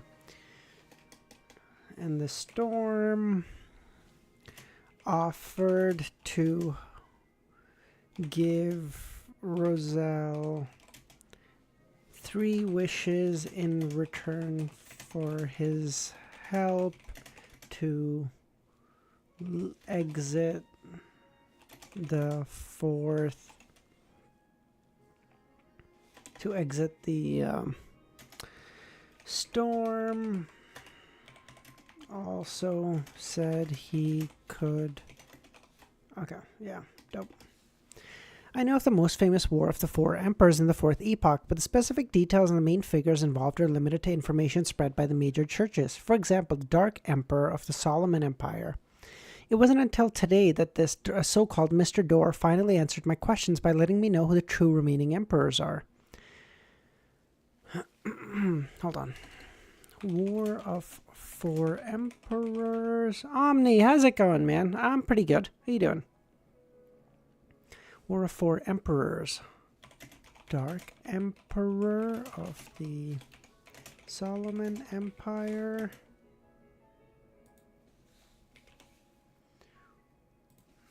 In 4th epoch.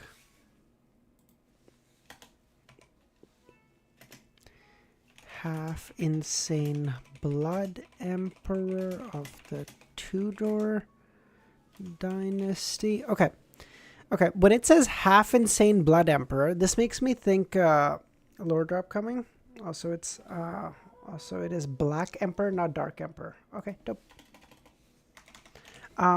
Just a weird guess. Half insane blood emperor makes me think whoever this guy of the Tudor dynasty makes me think this is someone who took a vampire potion, because Azek mentioned that if you're in a pathway and you take the vampire potion that's not in the corresponding pathways, you'll go half insanity is guaranteed, plus blood emperor vampire kind of seems fitting, so just a guess. Night Emperor of the Tronsost Empire. Emperor of the Underworld of the Southern Continent.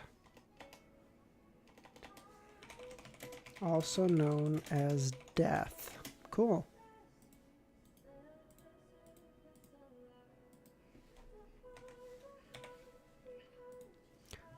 That could be Azek.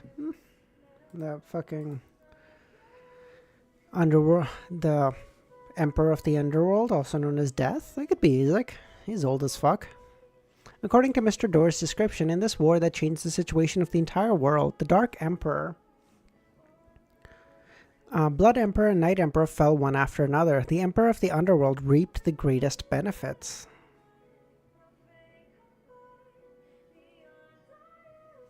Having said that, Mr. Dorr added with profound significance that over a century of digestion, Death went mad, but he also became stronger. Therefore, Death teamed up with the primordial demoness and brought up a pale disaster for the northern continent. Of course, this isn't something he witnessed personally, but something that he hears when he comes close to the real world every month. Death went mad, but also became stronger. Even deities go mad? What a horrifying sentence.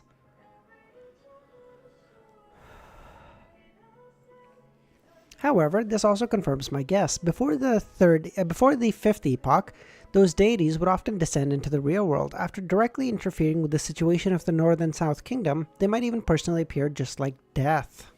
That's cool.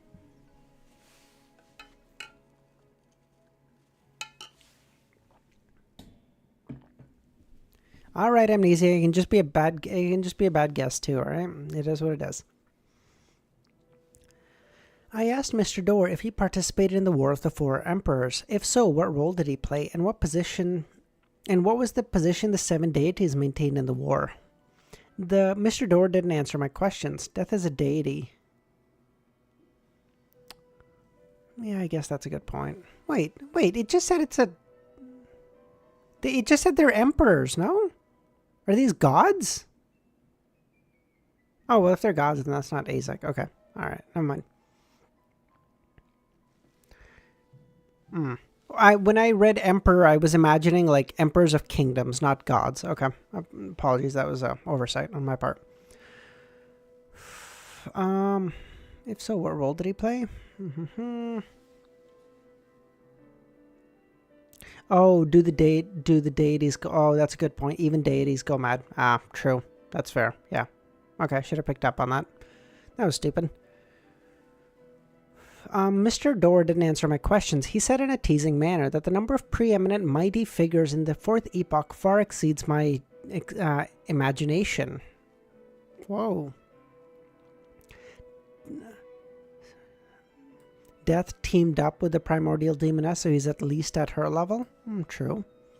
In addition, he also mentioned two laws. One is the law of Beyonder characteristics indestructibility. We know that one. The second is the law of similar sequence Beyonder characteristic conservation, which consists with certain things that I have learned from the most secret and ancient organizations, and also some of the phenomena that I have observed. This can lead to many interesting conclusions, making many explanations take on other forms, making one's mind tremble in horror. For example, when there are too many high sequence Beyonders in the same pathway, the low sequence Beyonders would reduce and vice versa.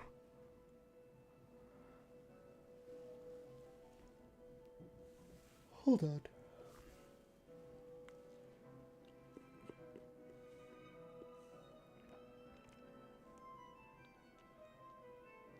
So if there's a lot of high sequence Beyonders, the low sequence Beyonders just go stark raving fucking mad? Or what do you mean they reduce? What does that mean?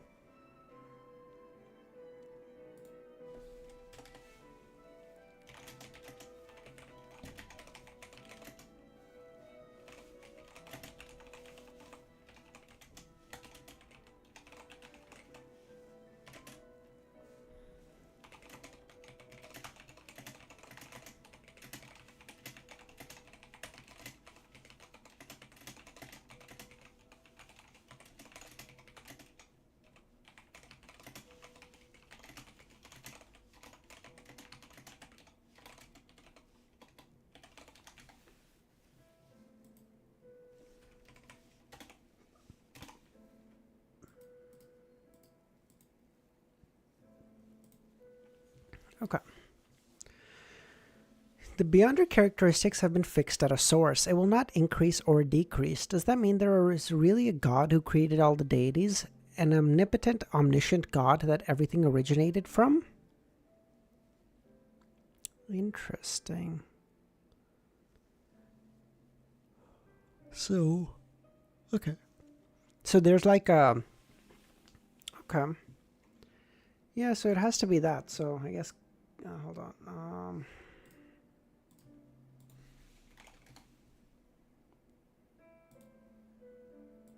So it's kind of like,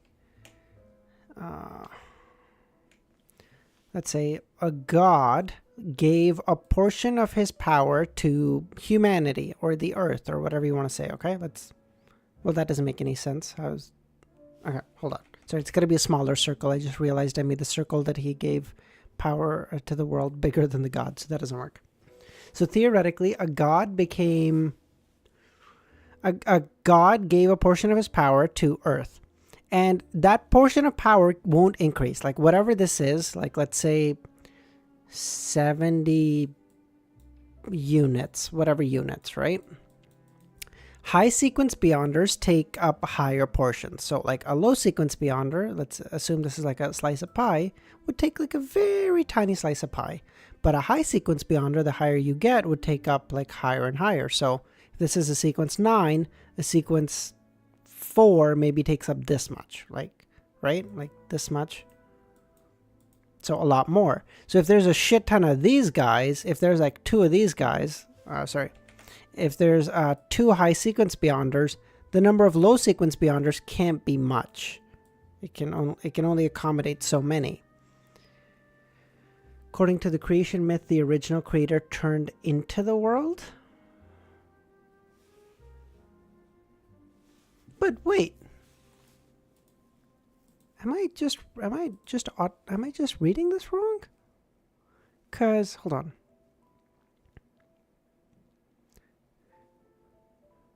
Like his eye became the Evernight. Yeah, no, I get that part.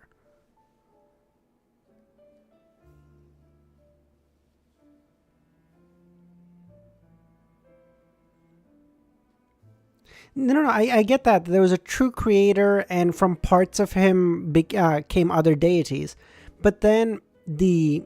hold on. Doesn't this say... Yeah.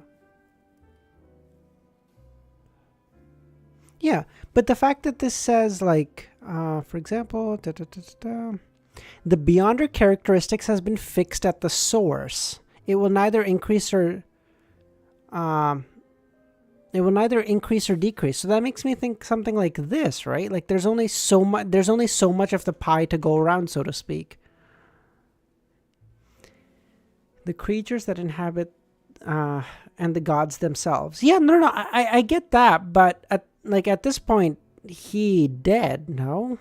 That was not defying your theory. Oh, I see in that sense. Oh, I see. We're just giving you more detail. Oh, I see. Sorry. Okay. No, that makes sense. Yeah, but like, I don't understand. Okay, I'm sure it's gonna eventually tell me in like 800 fucking chapters. But like, logically, I don't understand why he's important. If that is the case, let's say that's the origin theory and that's true. Well, he's fucking dead, bro. What does it matter now? You said he gave his... oh, I see. That was the longest Roselle diary that Klein had ever seen. It took up 2 full pages. One could imagine that it came from a lot of originally came on a double-sided page. It had only become 2 separate pages after repeated copying. That's a lot of information. As a history student who had graduated normally, he had always believed that the Solomon Empire, Tudor Empire, Truanist Empire came one after another in a line with a certain degree of restoration before a new political outcome was established. Wait, Nightwalker, sorry. If there are 40 sequence 8s, then there can be 60 sequence 9s? Oh. I see. Okay. I see. Okay.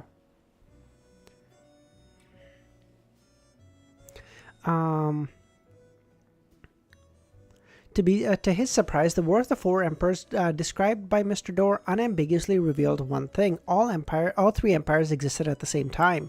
If that was true, then it would really overturn most of the current research of the Fourth Epoch in the field of history. Klein suddenly thought of the original Klein, who was filled with interest towards archaeology and history regarding the Fourth Epoch. Today, I've helped him achieve his wish. I wonder if Death had already become a true deity during the War of the Four Emperors. It's hard to determine according to Mr. Dorr's description. I can only first assume that the Emperor of the Underworld, who had obtained benefits from the War of the Four Emperors, had broken through his limits and become a deity. but he also went mad as a result. To have a deity go mad was truly terrifying. Just think about the details that would make one tremble from the bottom of their hearts. It's no wonder that the knowledgeable Emperor Roselle would use horrifying to describe this. Could it be that the so-called evil gods were just crazy orthodox deities? Oh, that's a cool theory. I like that. Would that mean there might only be evil gods left in the world one day? Man, does this mean that the end of days can't be stopped? Klein smile.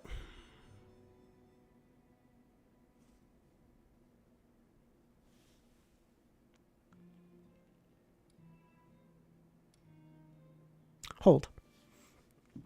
Okay, let's make a guess. Let's make a theory. I don't feel like deleting it. Okay. So here's the thing.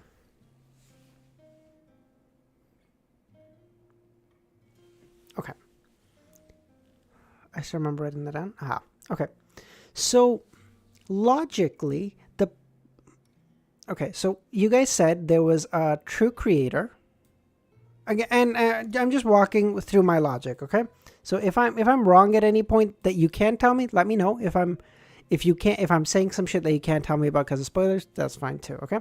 So there was a true creator. This symbolizes his body and power, okay? So different parts of him became different deities and different stuff, okay? Original creator. Yes, apologies. Sorry. Yes. Okay, sorry, God. You guys are so mean. It's so weird to see like 5 people just go, hey, no, wrong. Okay, original, not true. Okay, sorry. Okay, so he died, and then parts of his power and body became different gods or deities and other stuff, right? Okay, so let's say like this part, I'm sure I know it tells me like, was it the fucking eye that became the Evernight goddess or some shit, right? So like this became the Evernight Eevee. Yeah, that's fine. Okay. This became combat or some shit. This became whatever. Okay. Different. That's a very lopsided pie, but fuck it. Okay. This is what we can. Okay.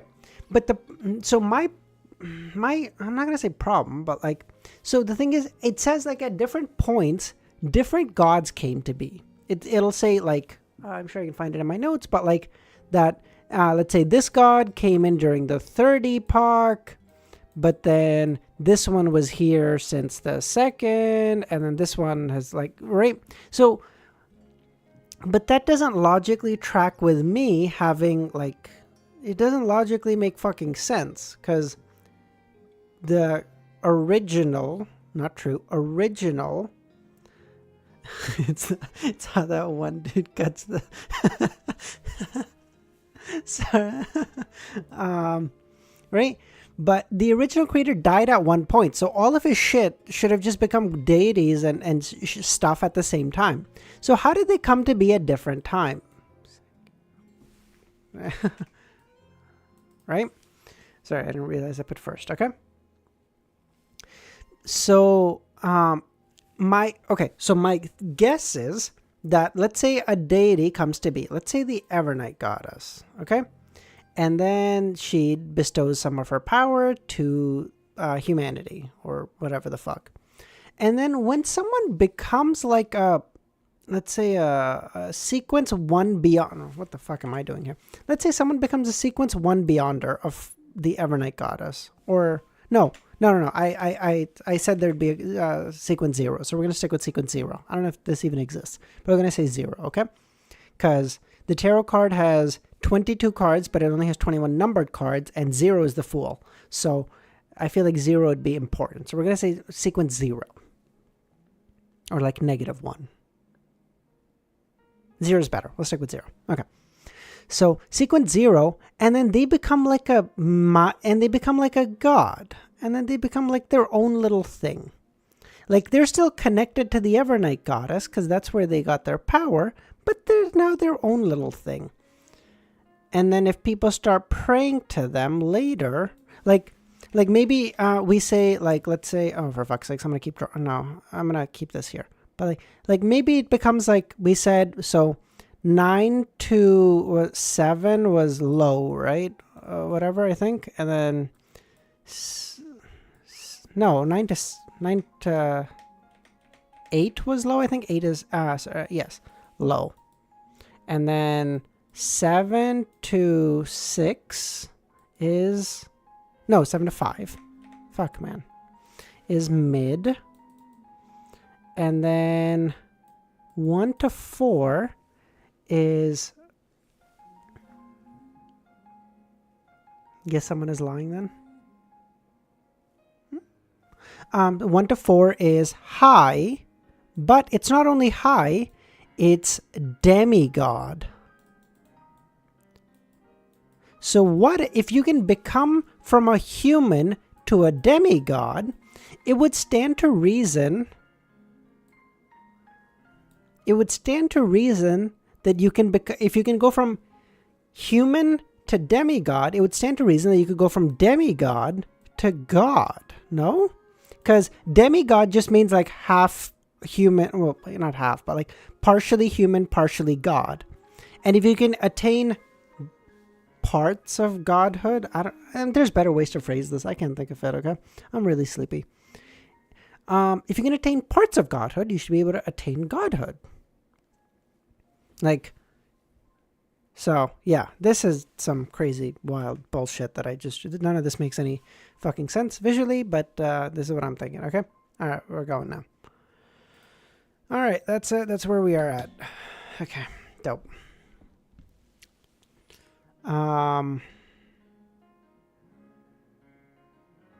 Where was I? At the same time, he raised his evaluation of the Dark Emperor, Blood Emperor, and Night Emperor, believing them to be preeminent, mighty figures who were close to being deities. Close to being deities. See, that tells me that, like, you can maybe become one.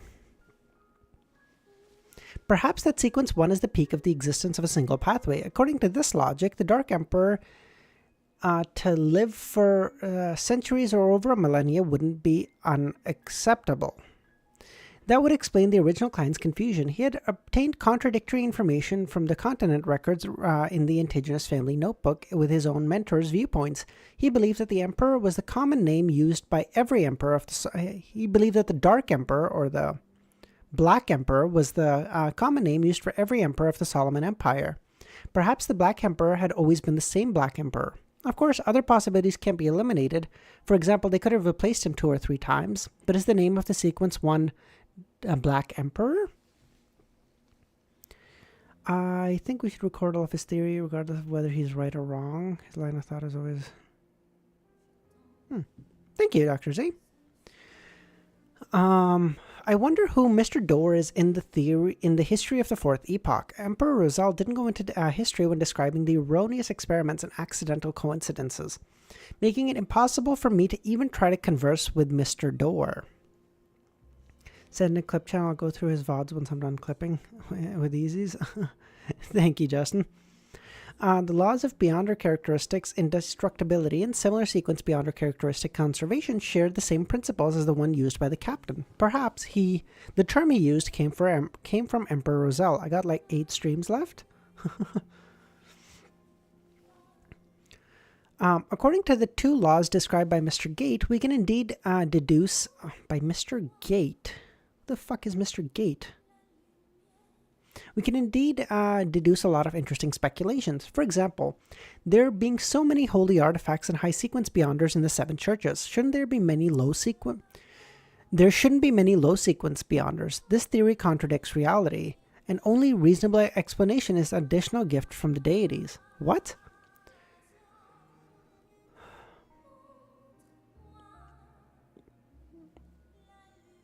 Mr. Gate is a mistranslation of Mr. Door. Oh, I see. Thank you.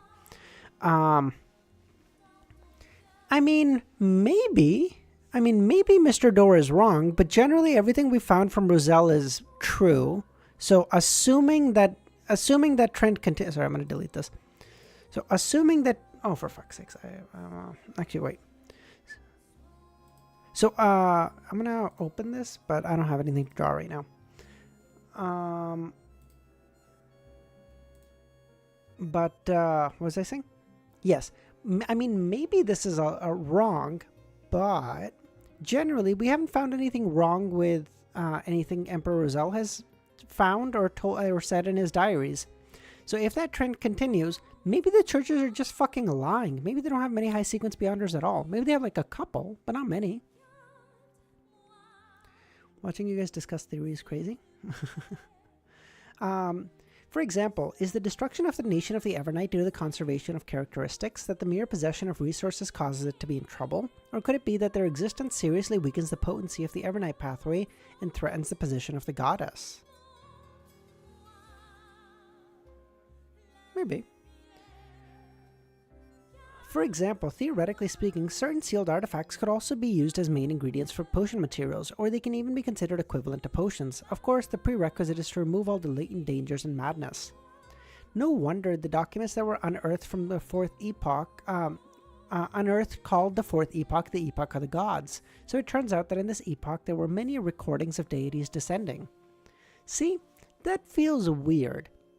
And that deities would just descend at random times and then do so in bunches, right? Like a whole bunch of deities came down all together in the Fourth Epoch, and then there just hasn't been anything in the Fifth Epoch, which kind of tells me like maybe it's just people becoming gods, because if that's the case, that would stand to reason. Like if in a epoch, for whatever reason, I don't know why, but for whatever reason, let's say the Beyonder potions or their ingredients became more commonplace than they were in the past. For what reason? Couldn't fucking tell you, okay?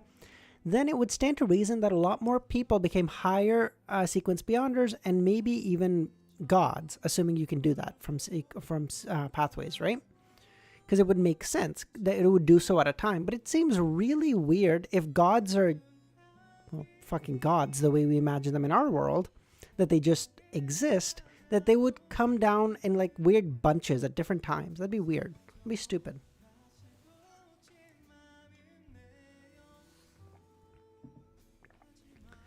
Then what caused them to stop coming to the point that there have not been any revelations?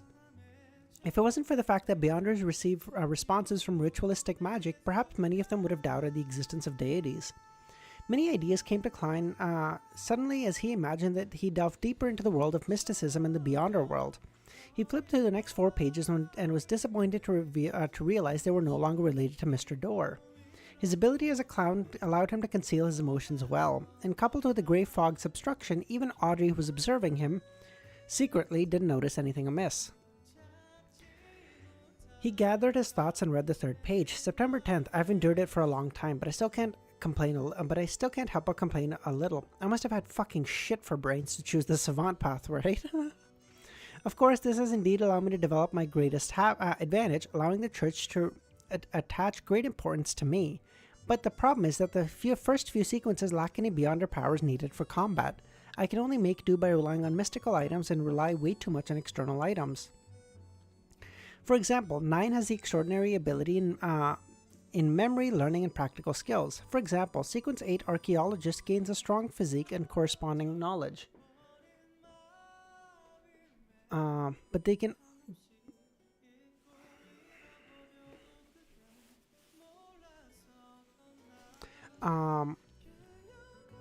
Eight Archaeologist gains a strong physique and corresponding ancient knowledge, and they can only barely apply some ritualistic magic. Bye, Romero. 7 Appraiser, whose ability is to quickly identify mystical objects, allows them to avoid hidden danger to the greatest extent. For example, 6 Artisan. I don't think I have this written. I don't think I have anything above Appraiser written down. Hold on. Emperor Roselle's. Where is this?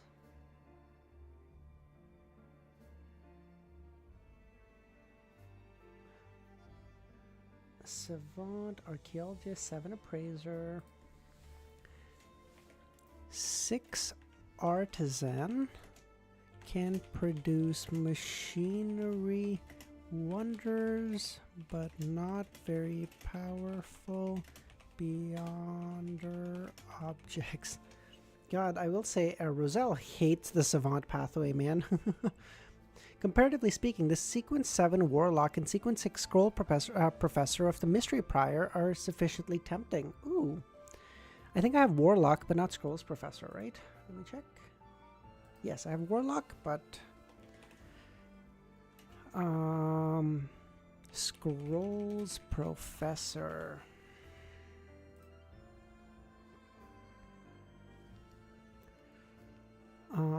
However, finally, I received some good news. After I advance again, I'll gain Beyonder powers that I can call my own. Sequence 5. Astromancer. Whoa.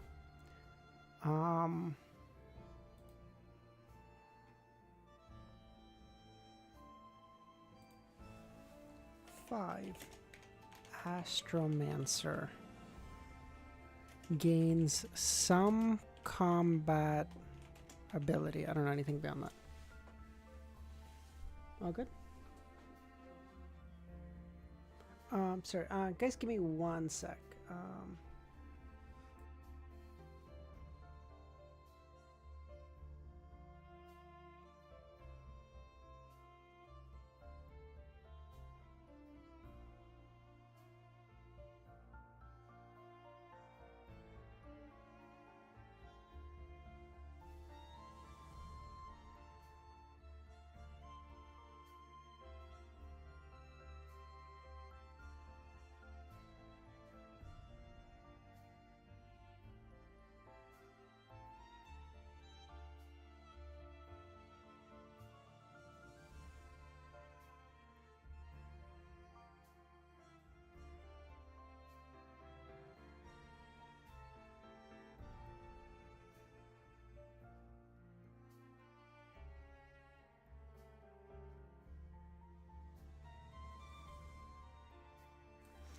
Sorry about that, guys.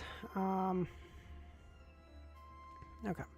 Its modern name scares me a little. It's actually called Astronomer. Ah, okay, good. I was wondering.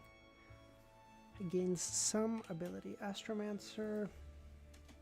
Astronomer.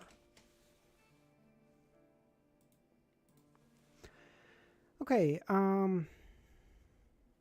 am I going to end up as an all-powerful mad scientist? Heavens have mercy on me. I was only a second-tier student at the college entrance exams. It had to be said that Emperor Roselle had a strange talent for making jokes. Even the recently dispirited Klein couldn't help but twitch his mouth, wishing to light a candle for his senior. Study hard and improve by the day is indeed a wise saying. He lampooned and remembered the unique trait of the Church of the Steam and Machinery. He lacked Beyonder powers when it came to combat, but he was good at making and using items. After flipping to the third page of the diary, Klein continued reading. 2nd June, the kingdom has created chaos again and again, instigated wars without being able to completely destroy the Fasak Empire, Lone Kingdom, and the Phaenopoda Kingdom. As such, the kingdom has no choice but to shoulder huge debts, and its economy is on the verge of collapse. From my observation, people, merchants, soldiers are very dissatisfied. The riots are just lacking a spark. But this is my chance, but I have to be careful. The Sauron family has witnessed the history of the Fourth Epoch and is an ancient family with a high possibility of having a high sequence beyonder. I need the support of the church, as well as gain a tacit agreement with the Church of the EBS. I can't appear immediately. First, I'll let the rebels destroy order before I end it all as a protector. Consul Roselle Gustave. I like that name. Yeah, and then he became a fucking emperor. Free general knowledge. General knowledge?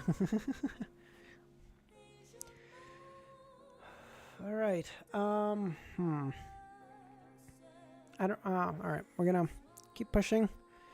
Alright, June 3rd. After discussing with Edwards and the others, I gave up on the idea of reaching a tacit agreement with the Church of the EBS. This might very well reveal my true intentions, making the Sauron family and the ancient nobles who support them aware of my advance and carry out a direct approach.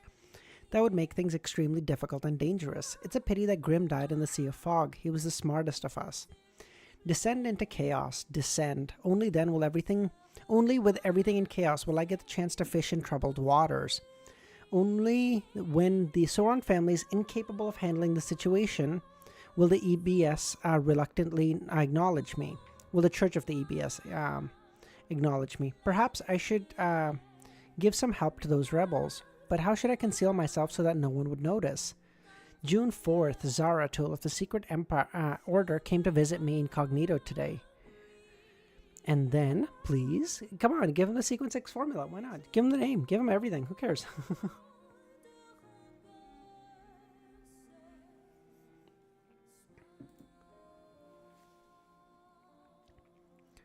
And then, Klein was just intrigued over the reason why Zaratul, the leader of the Secret Order, would seek Roselle on the eve of the rebellion and the coup d'etat when he realized that the 2 subsequent pages had nothing to do with it. This made him feel irrepressible anger. Hey, listen, you're about to get a lot more pages, okay? Maybe you get lucky. Don't be so hasty. You'll be okay. Although the 3 pages that didn't provide very detailed descriptions with rather straightforward accounts from Roselle, Klein could still feel the famous turmoil of Intes that happened in 1173, more than 100 years ago. The outcome was clearly recorded in history textbooks. As a kernel, Republic squashed the rebellion and enacted political changes. The Intes kingdom was transformed into a republic, making him acting as a self-appointed consul. In the following 19 years, he repurposed the penal code, encouraged innovation, and protected the Industrial Revolution. He greatly increased the country's strength and fought wars on both the north and south, making Lemberg, Mason, Sagar, and other countries protectorates under the Intes Republic. He also made the 3 mighty countries on the Northern Kingdom, the Faesac Empire, Lone Kingdom, and Fanapotter Kingdom, bow their heads. At the end of 1192, almost 20 years after his appointment as consul, Roselle converted the Republic into an empire, declaring himself Caesar. Less than 6 years later, he perished in the White Maple Palace, ending the 5th epoch's most legendary piece of history to date. The more he knows... just so I know, what epoch is it currently? Do we know? Well, I guess we have to know. What epoch are we in right now? Are we in the 6th epoch? The 7th? Wait, I see you're using old stream layout. Are you switching to the new one or this one? I keep switching back and forth username. I don't. We're in the 5th one. Okay, thank you. I keep switching back and forth. This one and this one. I go back and forth. I don't particularly have a preference. We were talking about this earlier. I'm gonna make a new overlay because I really don't want the fucking true creator here anymore. This bitch. Even if just temporarily, he killed my boy. Okay. So the new plan. Sorry to everyone who's seen this already, but just really quickly. Screen. So I was thinking.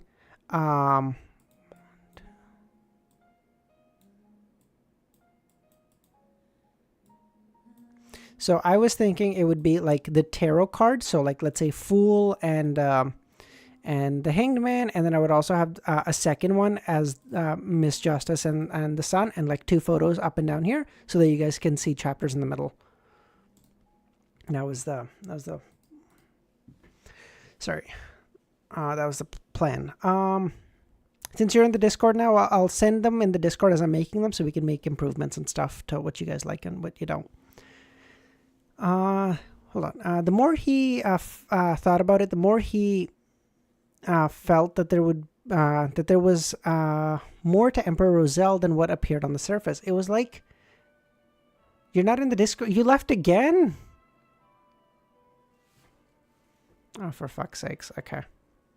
It was just like how this famous historical event finally had some power struggles amongst the Beyonders behind it, and that Beyonder factions had leveled the situation, unlike the description in the textbooks.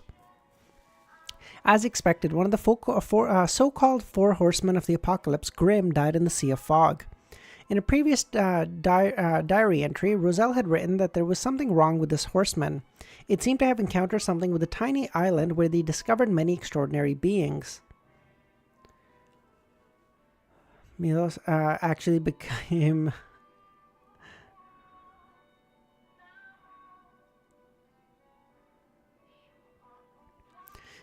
He actually became 1984. Okay.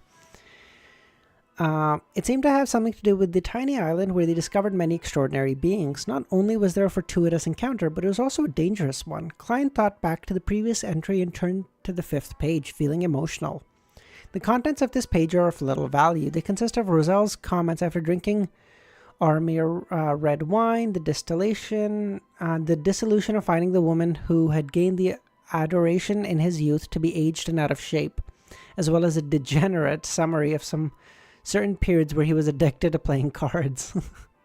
Hey, you need an occasional thing, okay? The 6th page was about the same as the first one with the accounts of his daily life. However, the last one made Klein's eyes light up. I have to send someone to investigate the secret order to get more information. I can't repeat my passiveness from before. I can't let Zaratul lead me by the nose. So did you discover something, Comrade Roselle? Since Klein couldn't find the rest of the information, he had to force himself to calm down and wait for the next gathering, when the Hanged Man would hand over another 6 pages.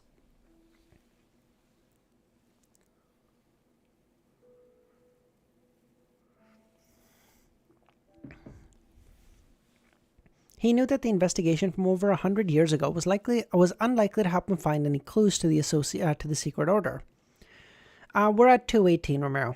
After all, after such a long period of time, other than the special ones, many of the high sequence Beyonders would have already died of old age, not to mention the lower medium level members. However, Klein believed that this would often help him. That this would help him obtain inspiration and grasp the precise identity and activity patterns that the secret order often used. Putting down the 6 diary pages, Klein tapped his right index on the edge of the long bronze table, slowly moving his gaze from Justice to Hanged Man to Sun.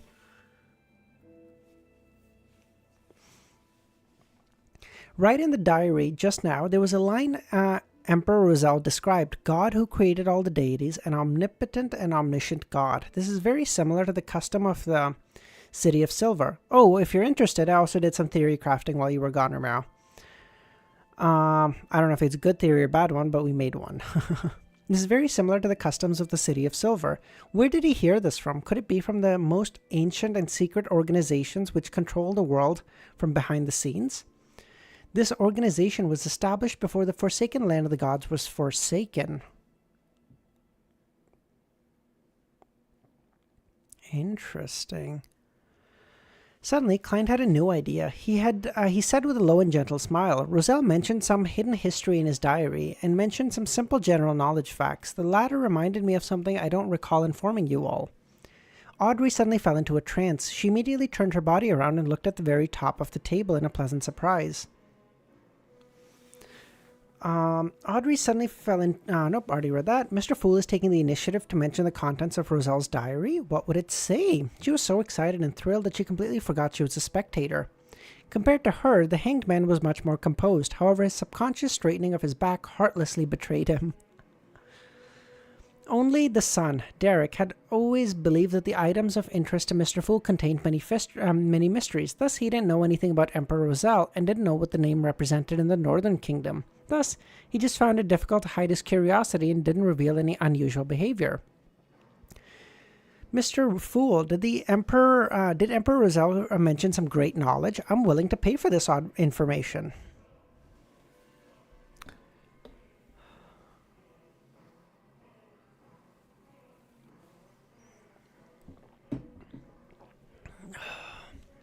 However, I want it to be communicated to me privately, she added silently in her heart. Klein suddenly chuckled and said, There's no need. This is very simple general knowledge. After reading this part of the diary, as a summoner of the Tarot Club, I feel it necessary to let you all know. Of course, I'm very certain that some of you already know this. He was mainly referring to the sun. The City of Silver had a history of 2,000 or 3,000 years.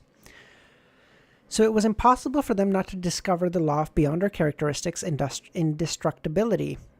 Moreover, they were in a relatively extreme environment.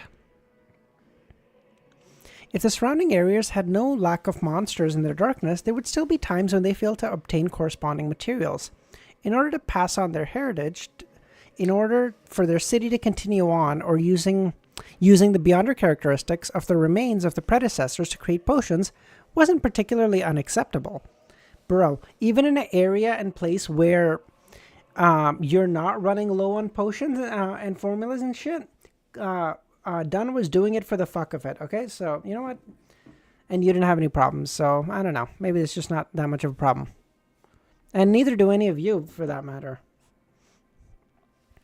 To them, it was perhaps a sacred and glorious ceremony. Of course, Klein could see from the previous exchange that the hanged man knew something. It's a pity that Miss Justice cannot be made to pay in gold pounds and transfer the money to my adorers. My adorers can't appear any less impressive. I mustn't destroy the image of the powerful man that Mr. Azek has created. Yes, I'll give it a try when I have a chance. No matter how powerful a being is, they'll have subordinates that need to run errands. For instance, the Evernight Goddess is sleepless. No one would ever suspect that the goddess isn't a true deity because of the low-level Nighthawks are weak. Thank you very much, Mr. Fool. You are too generous. Dude, he should have told Audrey in private for money, because everyone else already knows. I would venture to say that the Hanged Man probably knows, because he's a Sequence 7 about to be 6 soon. Sun probably already knows, as he discussed. So the only one who might not know is Audrey. So just get her to pay for it. She was originally feeling 3 seconds of regret from the course action of using cash to pay for information. Klein stopped rapping the table and described in a calm voice. He said, the first piece of knowledge, the law of Beyonder characteristics indestructibility. The characteristics of a Beyonder is never destroyed or reduced. It's only passed from one carrier to the next. Without realizing it, I use the captain's tone. It can't be destroyed or reduced. It just transfers from one carrier to another. Audrey ruminated over the fool's description, feeling that there was too much meaning in that simple sentence. Her eyes immediately turned, and she saw that neither the Hanged Man nor the sun showed any sign of surprise or contemplation. She immediately understood that these two had long known of this law. Only I didn't know. She thought somewhat aggrieved, but she suddenly began to praise Mr. Fool for his kindness. After a rampager dies, they will leave behind an item of Beyonder characteristic. It could be the main ingredient, or it could be a mystical artifact that requires sealing.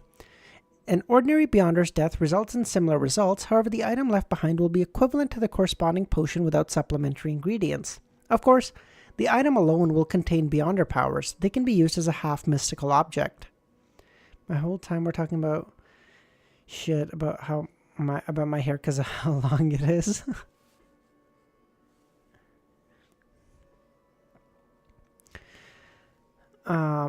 The plain and indifferent words instantly echoed in Audrey's mind. Layers stacked upon layers, and bit by bit, it reached a crescendo. Audrey thought of cannibalism and asked the question: would a sequence pathway be severed if the source of Beyonder materials ceased to exist? She asked the Hanged Man. She had asked the Hanged Man previously. Came to mind. Now she knew the answer, but she would have rather not heard it. It felt like she was having a nightmare. How can it be so cruel, so dark? Audrey had previously seen some bad situations involving Beyonders, but those were only caused by a person's own perverse and evil actions. For example, Mr. A or the Admiral. They didn't affect her yearning and love for mysticism and the Beyonders. Like how... However, this time, she discovered that the mystical world was filled with grayness and darkness. Audrey, wake up. You can't be this naive. Consider that the cruelty and darkness Mr. described are predictable. Since he had chosen this path, he had to bravely walk down it. Audrey consoled herself, easing her mood a little. She had seen that the Hanged Man and the Sun were only making habitual movements and appeared to understand what had just been said. Mr. Hanged Man is terrible. He even wanted to use this information as an exchange previously. This is indeed information that's worth a lot and quite important, but it's only a simple piece of general knowledge to us and Mr. Fool. Audrey wanted to laugh. Her mood began to improve. She slowly pushed all the extreme examples she had just thought of to the side. Klein wasn't surprised by the three members' reaction. He continued in a calm tone. The second piece of general knowledge. Law of similar sequence beyond her characteristic conservation. Hold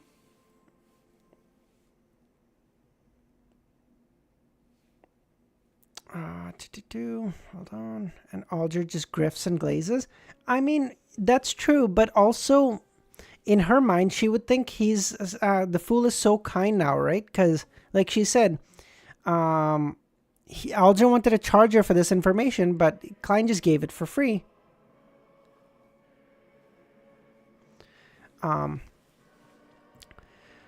The hangman slightly changed his sitting posture. He felt that he understood something, but was unable to fully understand what this law represented and what it consisted of. Justice and the son shared the same feeling as he did. They were unable to directly understand the meaning behind the words. Why similar sequence? What do you wish to pay for the answer? One of the ideas he had was general knowledge was free, but explanation required a fee. This both matched his status and didn't waste any information. Free things cost the most. Yes. All part of Alder's plan to make the fool look better. She's like, my liege, you may not know this, but I kiss ass even when you do not see it. I prepare my ass kissings well in advance.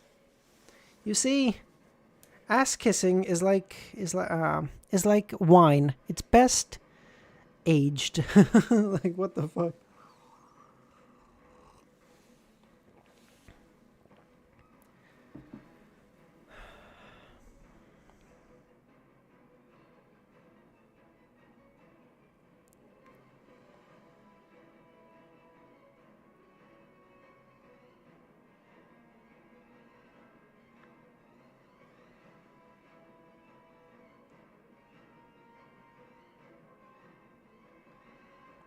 Okay. Dope. Okay.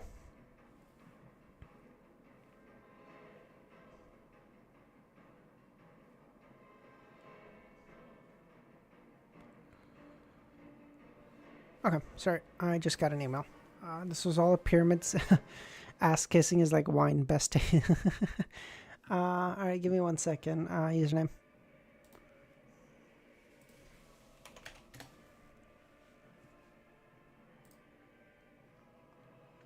What about this layout? Blue being tarot cards?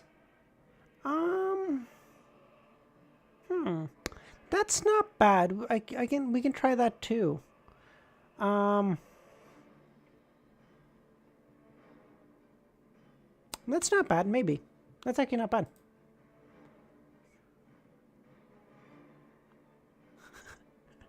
Sorry, Ramiro. I just sorry, Milos. I just saw your message. That's funny. Sorry. Okay, that's funny. If the fool had simply mentioned there was some simple knowledge contained in Roselle's diary, the hanged man wouldn't have necessarily been determined to pay the price, partly because the description of it being simple killed the curiosity. Another aspect stemmed from his constant wariness against making trades with the fool, as it reminded him of the examples when real deals were made with evil gods and devils. But now that he knew the so-called contents of the simple knowledge, his interest was piqued, yet he was unable to understand the parts of the description, much less gain any actual or deep grasp of the concept.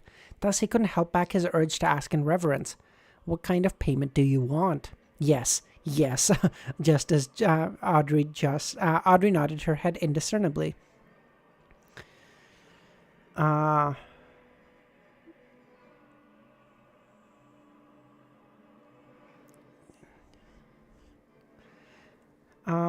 Although the son remained silent and didn't make any additional gestures, he looked to the fool and explained everything. Information regarding the secret order. The secret order, Alder muttered to himself. He wasn't unfamiliar with this term. He had once received payment for explaining Miss Justice many secrets about the organizations, including the secret order. Audrey and Derek frowned subconsciously. The former's only understanding of the secret order was limited to what the hanged man had described, and the latter had never even heard of him. Klein had long anticipated what the sun would feel, but wasn't surprised. According to his conjecture, the area where the City of Silver was located should have been part of the Third Epoch. After the appearance of the first blasphemy slate and before the appearance of the second blasphemy slate, it was even possible that the direct catalyst or manifestation of the cataclysm. The Zaratul family had only stepped onto the stage in the Fourth Epoch, and the Secret Order was created in the latter half of the Fourth Epoch. There was no way both entities could exist in the same period.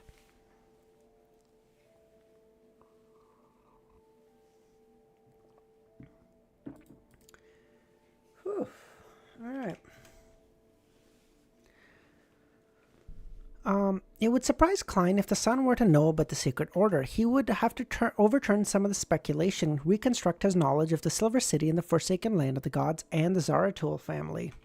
After nearly 20 seconds of silence, Alder looked at the fool in the grey fog and deliberated over his words and said, I accept this request and can help you gather regarding information regarding the Secret Order. Can you make payment in advance? It wasn't surprised that a suspected deity was interested in a secret and ancient organization. Therefore, Alder wasn't puzzled. More importantly, after many gatherings, he had a guess in his mind, which was that Mr. Fool's state wasn't perfect. That he might be in a predicament, that all of his attempts and his actions and the actions of his adorers were to help him break free of his confines. You're making up a lot of theories, Alder. Are you? You're theory crafting, bro. Chill. This might even be related to the huge secret of why 7 deities no longer descend upon the world after the Fourth Epoch. A thought flashed through Alder's mind. Upon hearing the Hanged Man's request, Klein leaned back and nodded, no problem.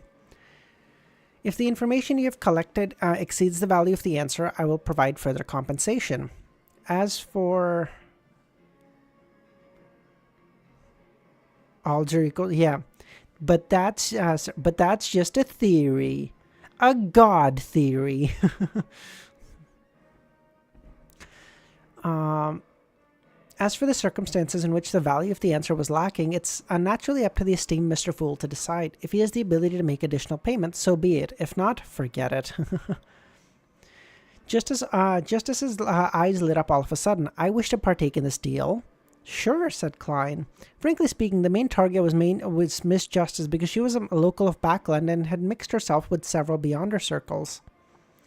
Her access to information in the Land of Hope far exceeded his, considering it was his first time in the capital.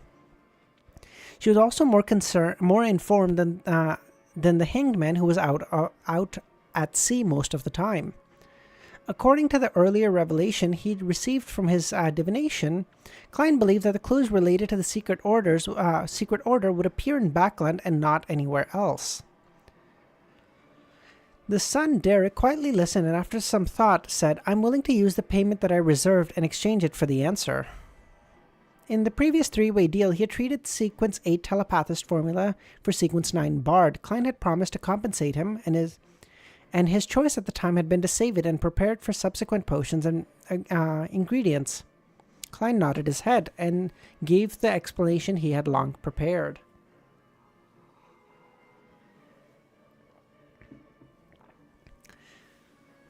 The so-called similar sequence refers to the high sequence beyonders, to how high sequence beyonders are interchangeable with other pathways. Let me give you an example. The Death Pathway, Sequence 5, Gatekeeper, can not only be advanced normally, but it can also go to the Giant Pathway, which is Gatekeeper, Sequence 4, Demon Hunter. Let me just make sure that I should have this, but...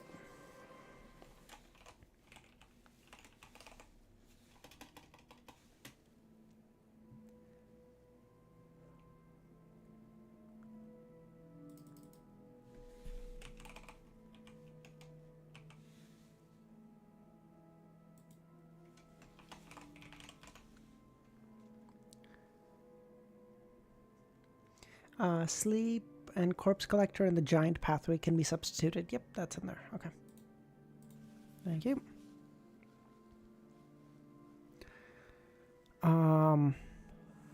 This won't lead to the danger of losing control, nor will it accumulate madness. It's different from taking the wrong potion. Of course, if it's not a similar sequence, a semi-deranged state will be the best result. Exchangeable, Audrey blurted out. She was surprised that the sequence pathways weren't completely fixed, that they didn't need to follow the original pathways all the way. The price of switching wasn't semi-deranged and to never advance again. Within the 22 divine pathways, there were special circumstances and sequences which were similar. I already have Demon Hunter written down. You're good. But that's what it said, right? Demon Hunter. So that's fine.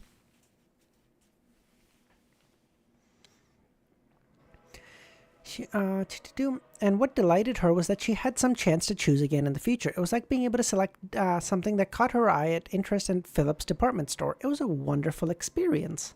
So that's how it is. Alger silently muttered to himself, suddenly feeling like he had understood several things at once, and he had resolved many of the doubts accumulated in his past experience.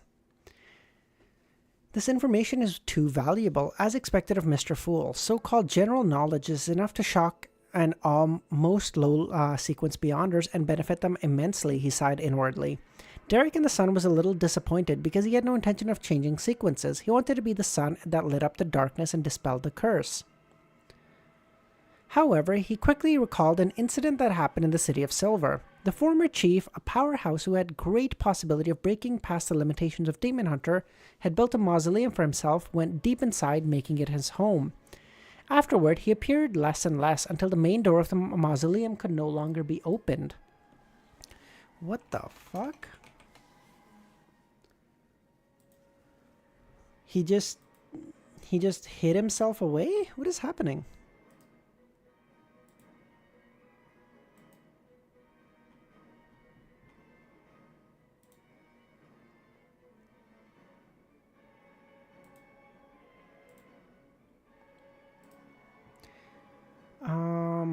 Doesn't matter. Better translation is always better. Go into seclusion. He became older and he just hated humanity. Back then, the City of Silver had all believed that a problem had arisen during the chief's advancement and that he had gone insane. To the point of being close to losing control, he was believed to have finished himself off. Okay. Now, combined with the description from the Fool, the Sun suddenly thought of another possibility. He might be advancing to in a sequence of a similar pathway. Remember last time Mausoleum was mentioned?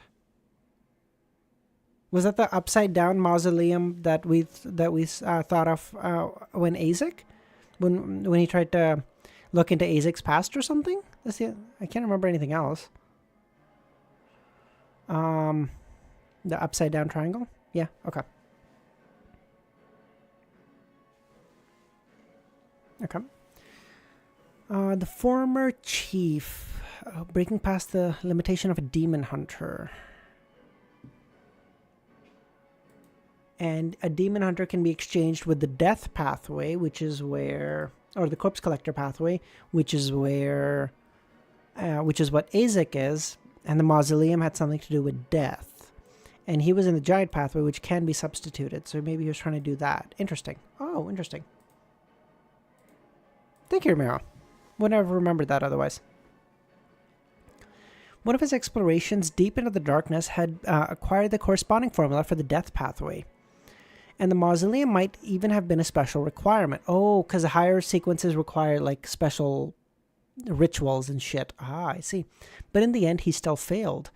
But why didn't he turn into a monster? What did he encounter in that dark mausoleum?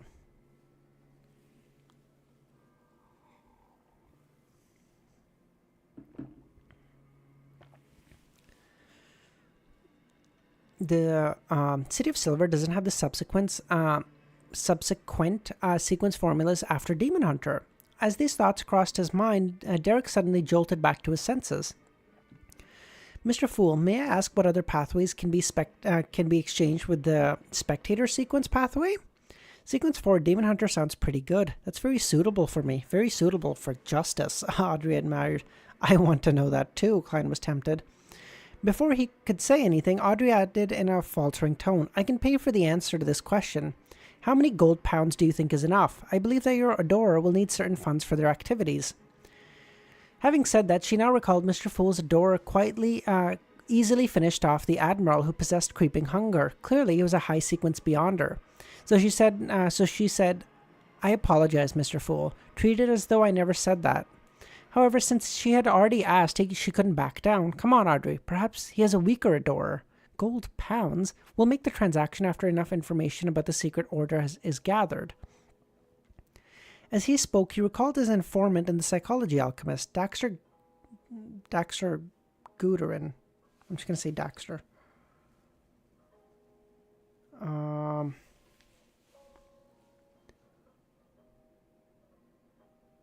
Oh, Easy's live? Okay. In that case, how about we end it at 2:19?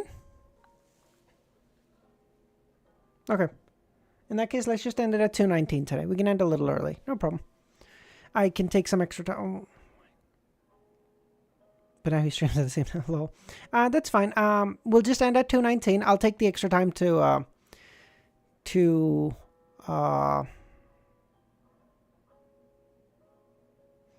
make some videos for tomorrow. Anyway, I haven't made any videos in the past couple of days, so it's all good. Yeah. No, that's okay. We'll end it here. In like 3-4 hours, I'm joining Easy Stream anyway, so that kind of works out. But he's gonna be live for a while then. Jesus.